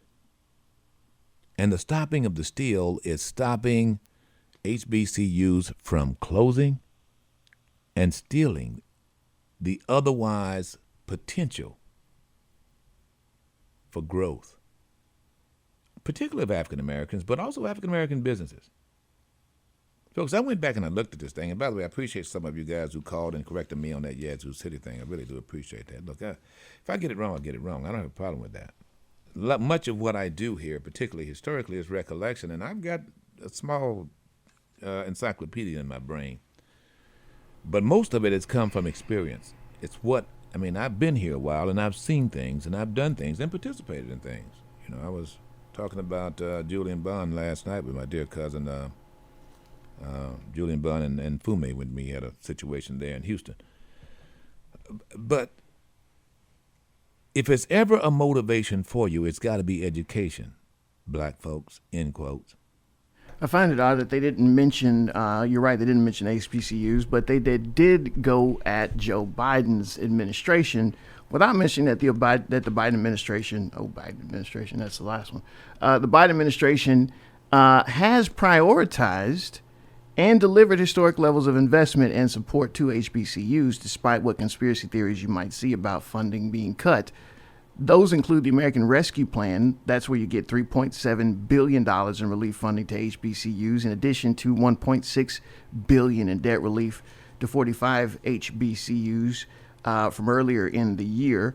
The fiscal year 2021 grant funding that throws in another $500 million of funding directly to HBCUs. Fiscal year 2022 budget request, which includes $1.06 billion for HBCU specific funding in the Higher Education Act, and $239 million more than what was allocated last year, and the teacher quality funding for the fiscal year 2022, which also includes $60 million proposed for the Augustus Hawkins Centers for Excellence program that supports preparation programs for HBCUs. And the list goes on and on. So you don't hear that. You see, what the Democrats don't have is Right. that kind of advocacy. Absolutely. You won't hear that. There's no talk shows around this nation like this one. No, that's buried in the White House's website, where it does, good to no one except for radio show producers, But the point is that it's getting done. And what we just had, the former president was a big braggart. He understood branding. I mean, he's coming out of TV. He's P.T. Barnum. That's why he was tweeting all the time how great he was, how great I am. Only I can do it. Only I can do it. And handkerchief heads like I just had, and I'm sorry about that. I shouldn't call you that. I apologize. I don't have those folks listening to me. But the individuals like I just had fall for it. You fall for it every time. And it just doesn't speak highly of you.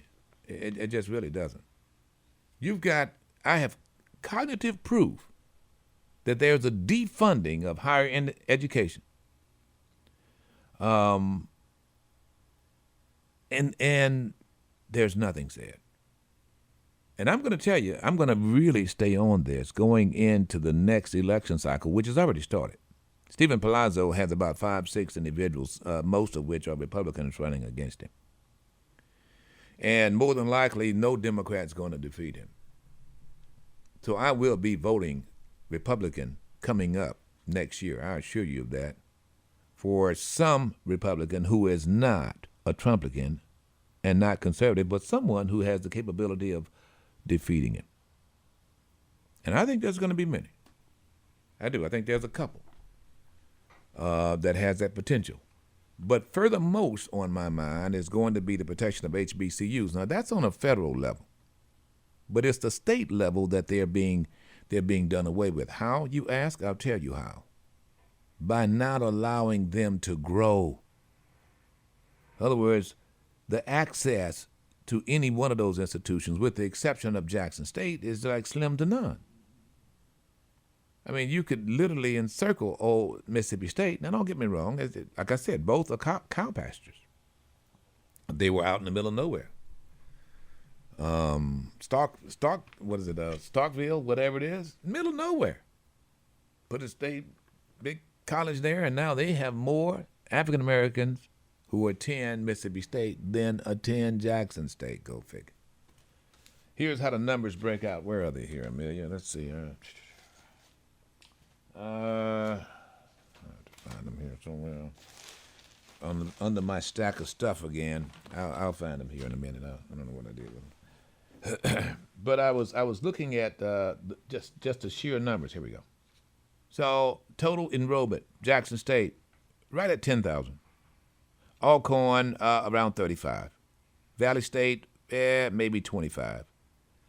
Then, of course, you've got Rust. Of course, and Tougaloo. Those are both private institutions. But they are minuscule in attendance. They're being allowed to be that way. There is no promotion of any of the state institutions particularly. You're not going to see a whole lot of advertising about Jackson State, Alcorn, and Valley State, right? Like you'd normally see with Ole Miss, Mississippi State, Southern, all over the board, all over this state. Trust me, there is recruitment the likes of which you have never seen. Those, and by the way now, folks, you got to keep in mind, the state institutions are run by the state. Each of the presidents is basically chosen by the governor, to be quite frank. IHL has some input, but very little. The Institution of Higher Learning. For the most part, the governor makes a nomination, and that's it.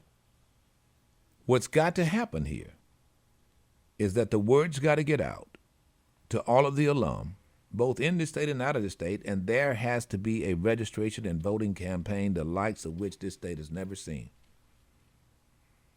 with the exception of Reconstruction. If, in fact, Democrats are able to jump on this subject, it will pull people out of the Delta. It will pull every African American, even those who did not attend. They're going to shut down Jackson State, Alcorn, Mississippi Valley State. Trust me on this. That, in my view, will be an incredible campaign. And it's a real campaign. We're not talking fictitious. In 2022, the heirs' money goes away. And so any hope for proper funding of HBCUs goes away, because now, even with the heir settlement in place, we're not seeing proper funding of HBCUs, similar to how you don't see the education program that pays teachers fully funded in this state, and haven't for like 2 decades. That's exactly right.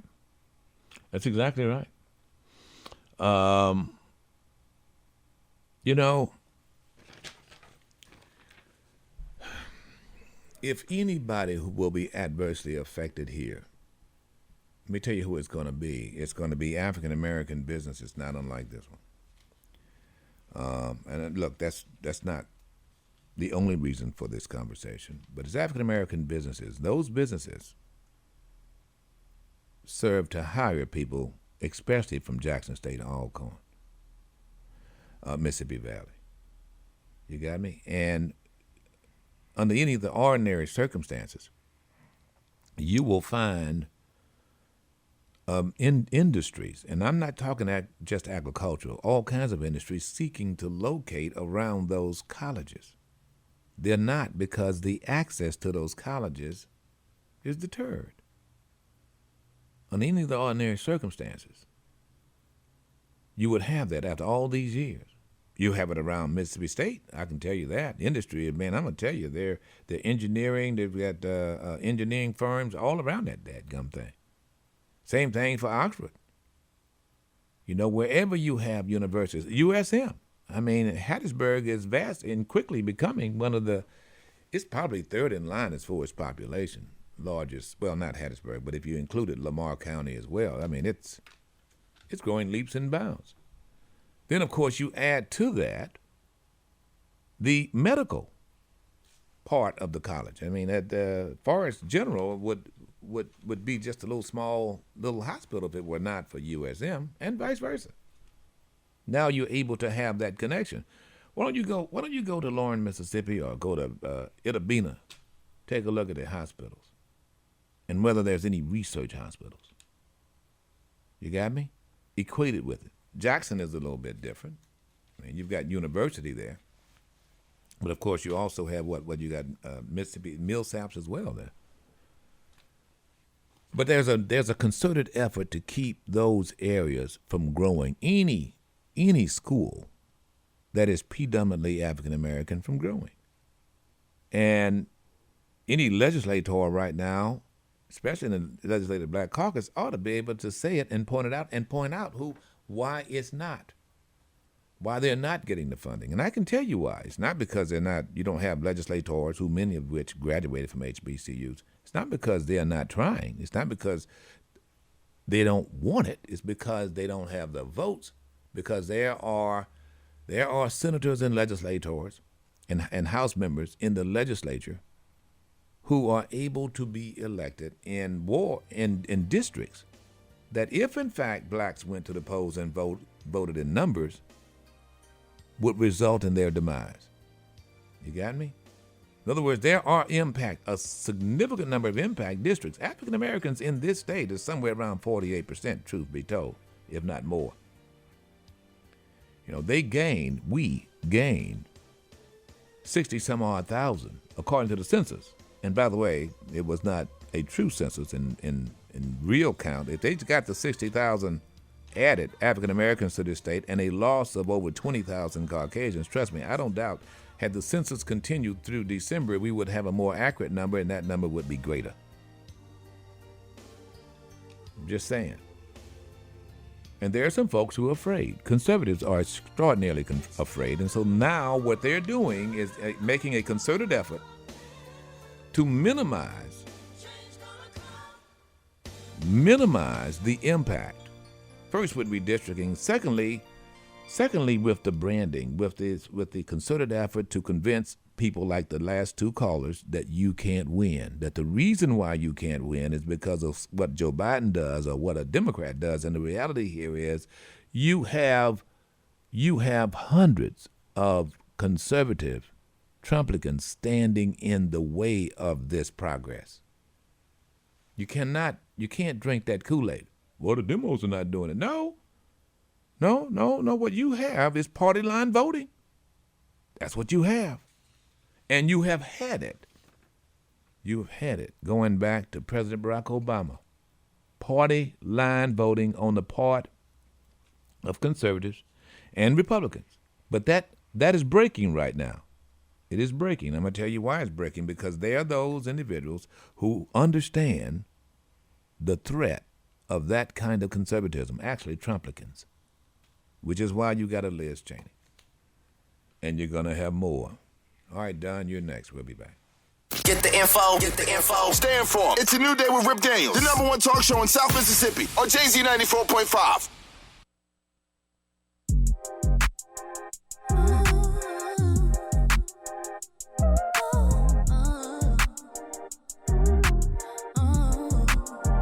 Yeah, I beat my face, moving fast cause the Uber on the way.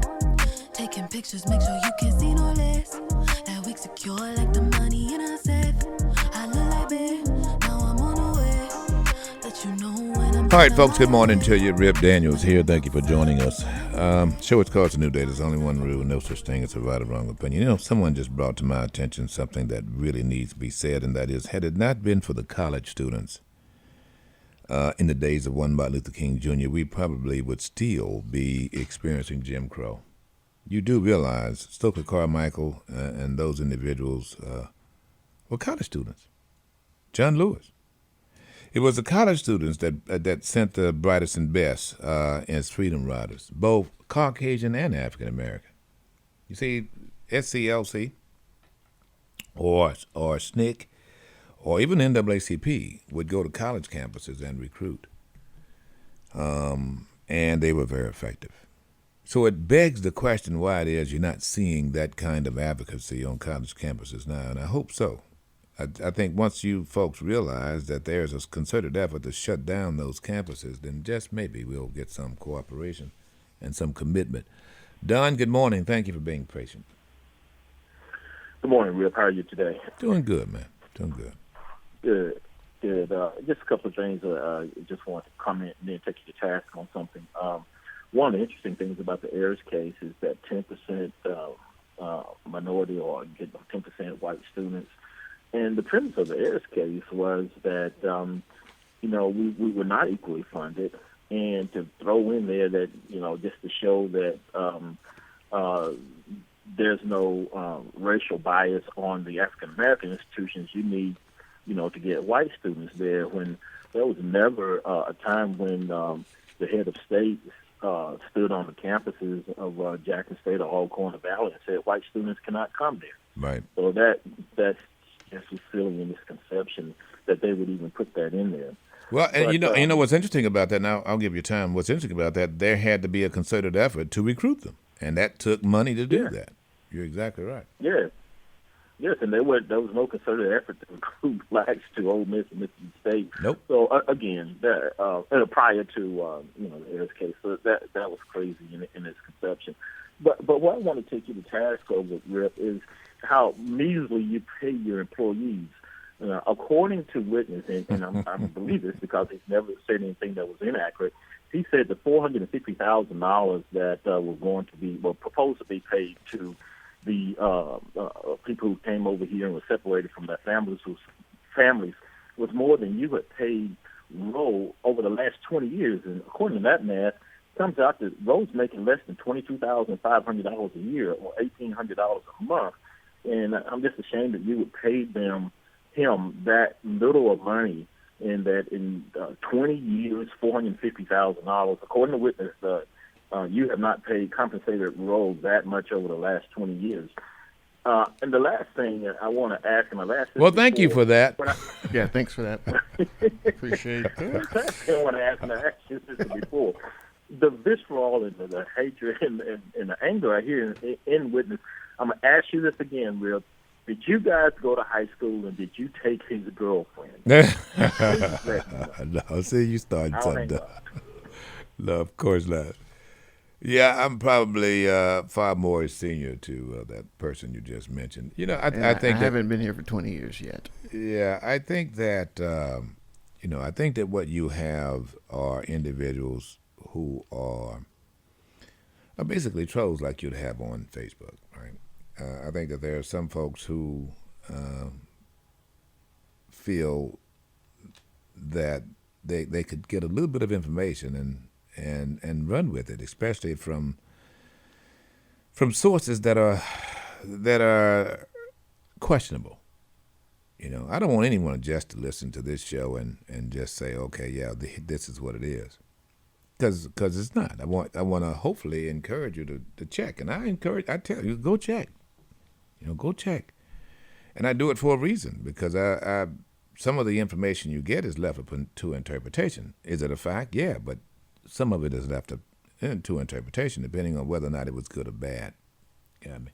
Yeah, well, I mean, it's as the Dog News Network founder, the late Roger Ailes, said, people don't want to be informed, they want to feel informed. Yeah. Which is why, of course, they stopped saying, fair and balanced. Oh, well, yeah, I mean, why even try to maintain that illusion? But I wanted to make sure that we got this in here. Most importantly, out of what we were just talking about, it's not been confirmed that Winston will be out for the rest of the year. So the Saints will now, at least until Taysom Hill returns from his concussion protocol, be relying on their third string quarterback. Well, he did fair. He did a fair job. Yeah, he did a fair job. I think that. I don't think he's a Winston. I still don't think he's a Drew Brees. But I think that I think if he's a thinking quarterback, and he's been at this for a while too, as I found out. He's a veteran quarterback, not necessarily with the Saints. He's a good backup guy. I mean, he's never been first string on any team, for as I could see. I'm sad to hear that about Winston. Yeah, I don't doubt though that Sean is gonna. Let's see the hands of those who think that Sean will bring back Breeze. No. That really would be a good. No. I think it would be a good PR thing. Let's make sure we keep the 29-year-old in as opposed to the 39-year-old? No, he's 40-something. 49-year-old? Oh, yeah. Brady's like 42. Breeze was right up there with him. That would make a good campaign, I can tell you that. Bring back Breeze. We'll be back. Get the info. Get the info. Stay informed. It's a new day with Rip Daniels, the #1 talk show in South Mississippi on JZ 94.5. Here it is, the Monday Morning Love Song.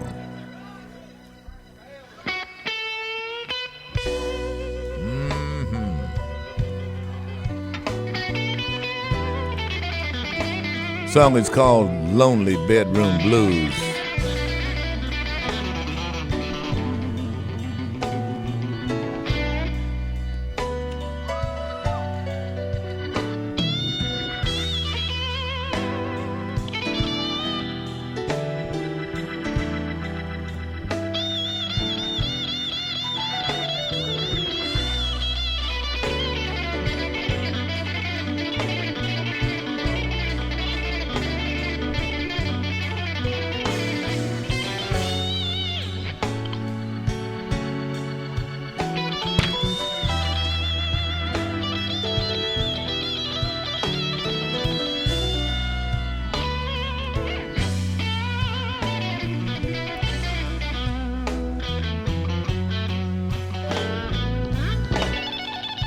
This is Eddie Cotton on guitar. That's called a tickle.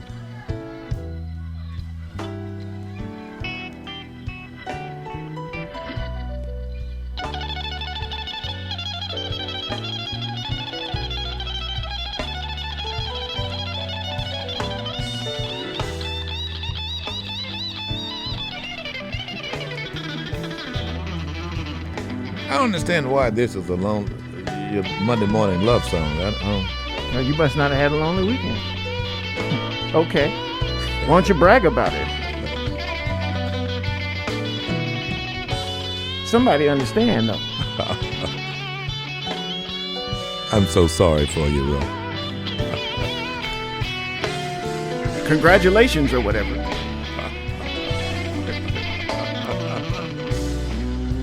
Grady Champion, sing. Lonesome in my bedroom, Lord, just me and myself alone. Well, you got your guitar. Okay, all right, so. Grady does it. So what are you begging now? You got to learn how to beg like everybody else? I ain't begging. You got to learn how to beg. What's the matter with you? Or pay. You need two. Either beg or pay. Now, which one you going to do? But man, you just got to decide. Man, pimps don't beg nor pay, man. I mean, come on, man. Please don't twist yourself up in it now. Just with the terrorists. Don't twist it up now. Come on, man. Keep it in the lane. You either beg or pay. Keep it in the You lane. don't- No, I'm either pay or you go away. That's how we do that thing. You either pay or you go away. I Okay. mean, it's one or the Okay, other yeah, you thing. said One thing that. and the other thing. Now, it can't be both things at the same time. It's got to be one thing or the other thing. You're not trembling, so I got news for you, but you really are serious. I had the heater on because it was too cold outside all weekend. I'm not as cold. All right, folks, good morning to you. Rip Daniels here. Show is called It's a New Day. One rule, no such thing as a right or wrong opinion. There is a silver lining. There's some good news. Well, looks like COVID's going down, at least the infections, diagnoses. Better than nothing. Still double-digit in deaths, however, and leading the pack of the deaths is Caucasian males. You guys got to learn how to put your mask on. Well, you got to learn not to tell us what to do. Is what you got to learn how to do. Well, I'm not. I mean, you going to read me off some kind of statistics and think that that's going to change my mind? No, it's I'm not going to tell you not to die. I can tell you that. Well, I mean, thank you. How about that? Thank you? Question mark? I don't know. Because I don't want to insult you. It's your death, and so therefore. Well, you that's wanna- right. Thank you, Rip. Thank you. I got Thank it. you. Okay. Thank you. Well, I just want you to look at the census now and understand that how these numbers are going for you. I'm just saying, how is that no vaccine, no mask thing working for you? Well over 3,000 Caucasian males are dead. 2,500, well over 2,500 Caucasian females are dead. And this time last year, as I told you before, this COVID was a colored man's disease. The least deaths, and by the way, I don't believe any of these deaths. I think there are far more, to be quite frank. The least deaths are among African American men, right at 1,900. African American females are 1,920, 1,925, somewhere in there. I'm only giving you this information so that you will understand that you still have a very serious virus out there. It's not a serious government. This government in this state has not been serious about stopping this disease. What you have is a very serious virus that is mutating, and what I hope is that it doesn't continue to do that. Still some areas right now in the world that are going through a lot of trouble. Russia comes to mind. Also, there are some concerns there in Great Britain as well, primarily because of the fact that there is a new mutation of COVID, a variant of the Delta variant. Told you, the longer it stays out here, the worse it gets. Right now, when it comes to deaths, right at 58% of the deaths are Caucasian and 38% are African American. That's what it says here. Let's get Doc in quickly. Doc, good morning. Good morning. Morning, sir. You know, a chief can't be successful. Why? You know, unless the tribe succeed. I'll go with that. I agree with that. Huh? Just In gave other you words, I don't care how rich you are, if your community falling down, that makes you nothing too. Absolutely. You sit there like an old motor on the ground, run until you run out of gas. You're cut off. That's exactly right. And But rest let me away. ask you. Yeah, let me ask you this: have you ever saw a fat bird? I'm talking about just a regular bird out in the wild. You know, I have in fact seen a fat bird. Now, are you ruling out a chicken or a hen? You mean flying bird or I'm ground talking bird? about, Something wild. taking care of itself. Yeah. Taking care of itself. What about a dog? Nope, not seen a fat dog. No. You find that domestic dog somebody taking care of gets fat. So what are you what what are you suggesting by this analogy? So what are you pointing at? Food, humans eating too much. Yeah. That's something to go by. Cause I look at these people out here, cause they're homeless, that's walking the street. Man, those folks are physically in good condition. May not be mentally, but physically they in good condition. So they should. You just down, I can sit here and see them walking. So you shouldn't say that they shouldn't have signs that says hungry will want food. They should be saying want shelter. You've noticed they never say want shelter? No, they don't. So they get what they need. They don't go after what they want. I hear you, brother. That's why you see people riding around these Cadillacs. They think they're healthy. They are unhealthy. A fat human, I guess if you're homeless, a fat bird, and a fat dog is unhealthy. You don't know where you're going. Any boat will take you there. Going, any boat will take you there. Going, any boat will take you there.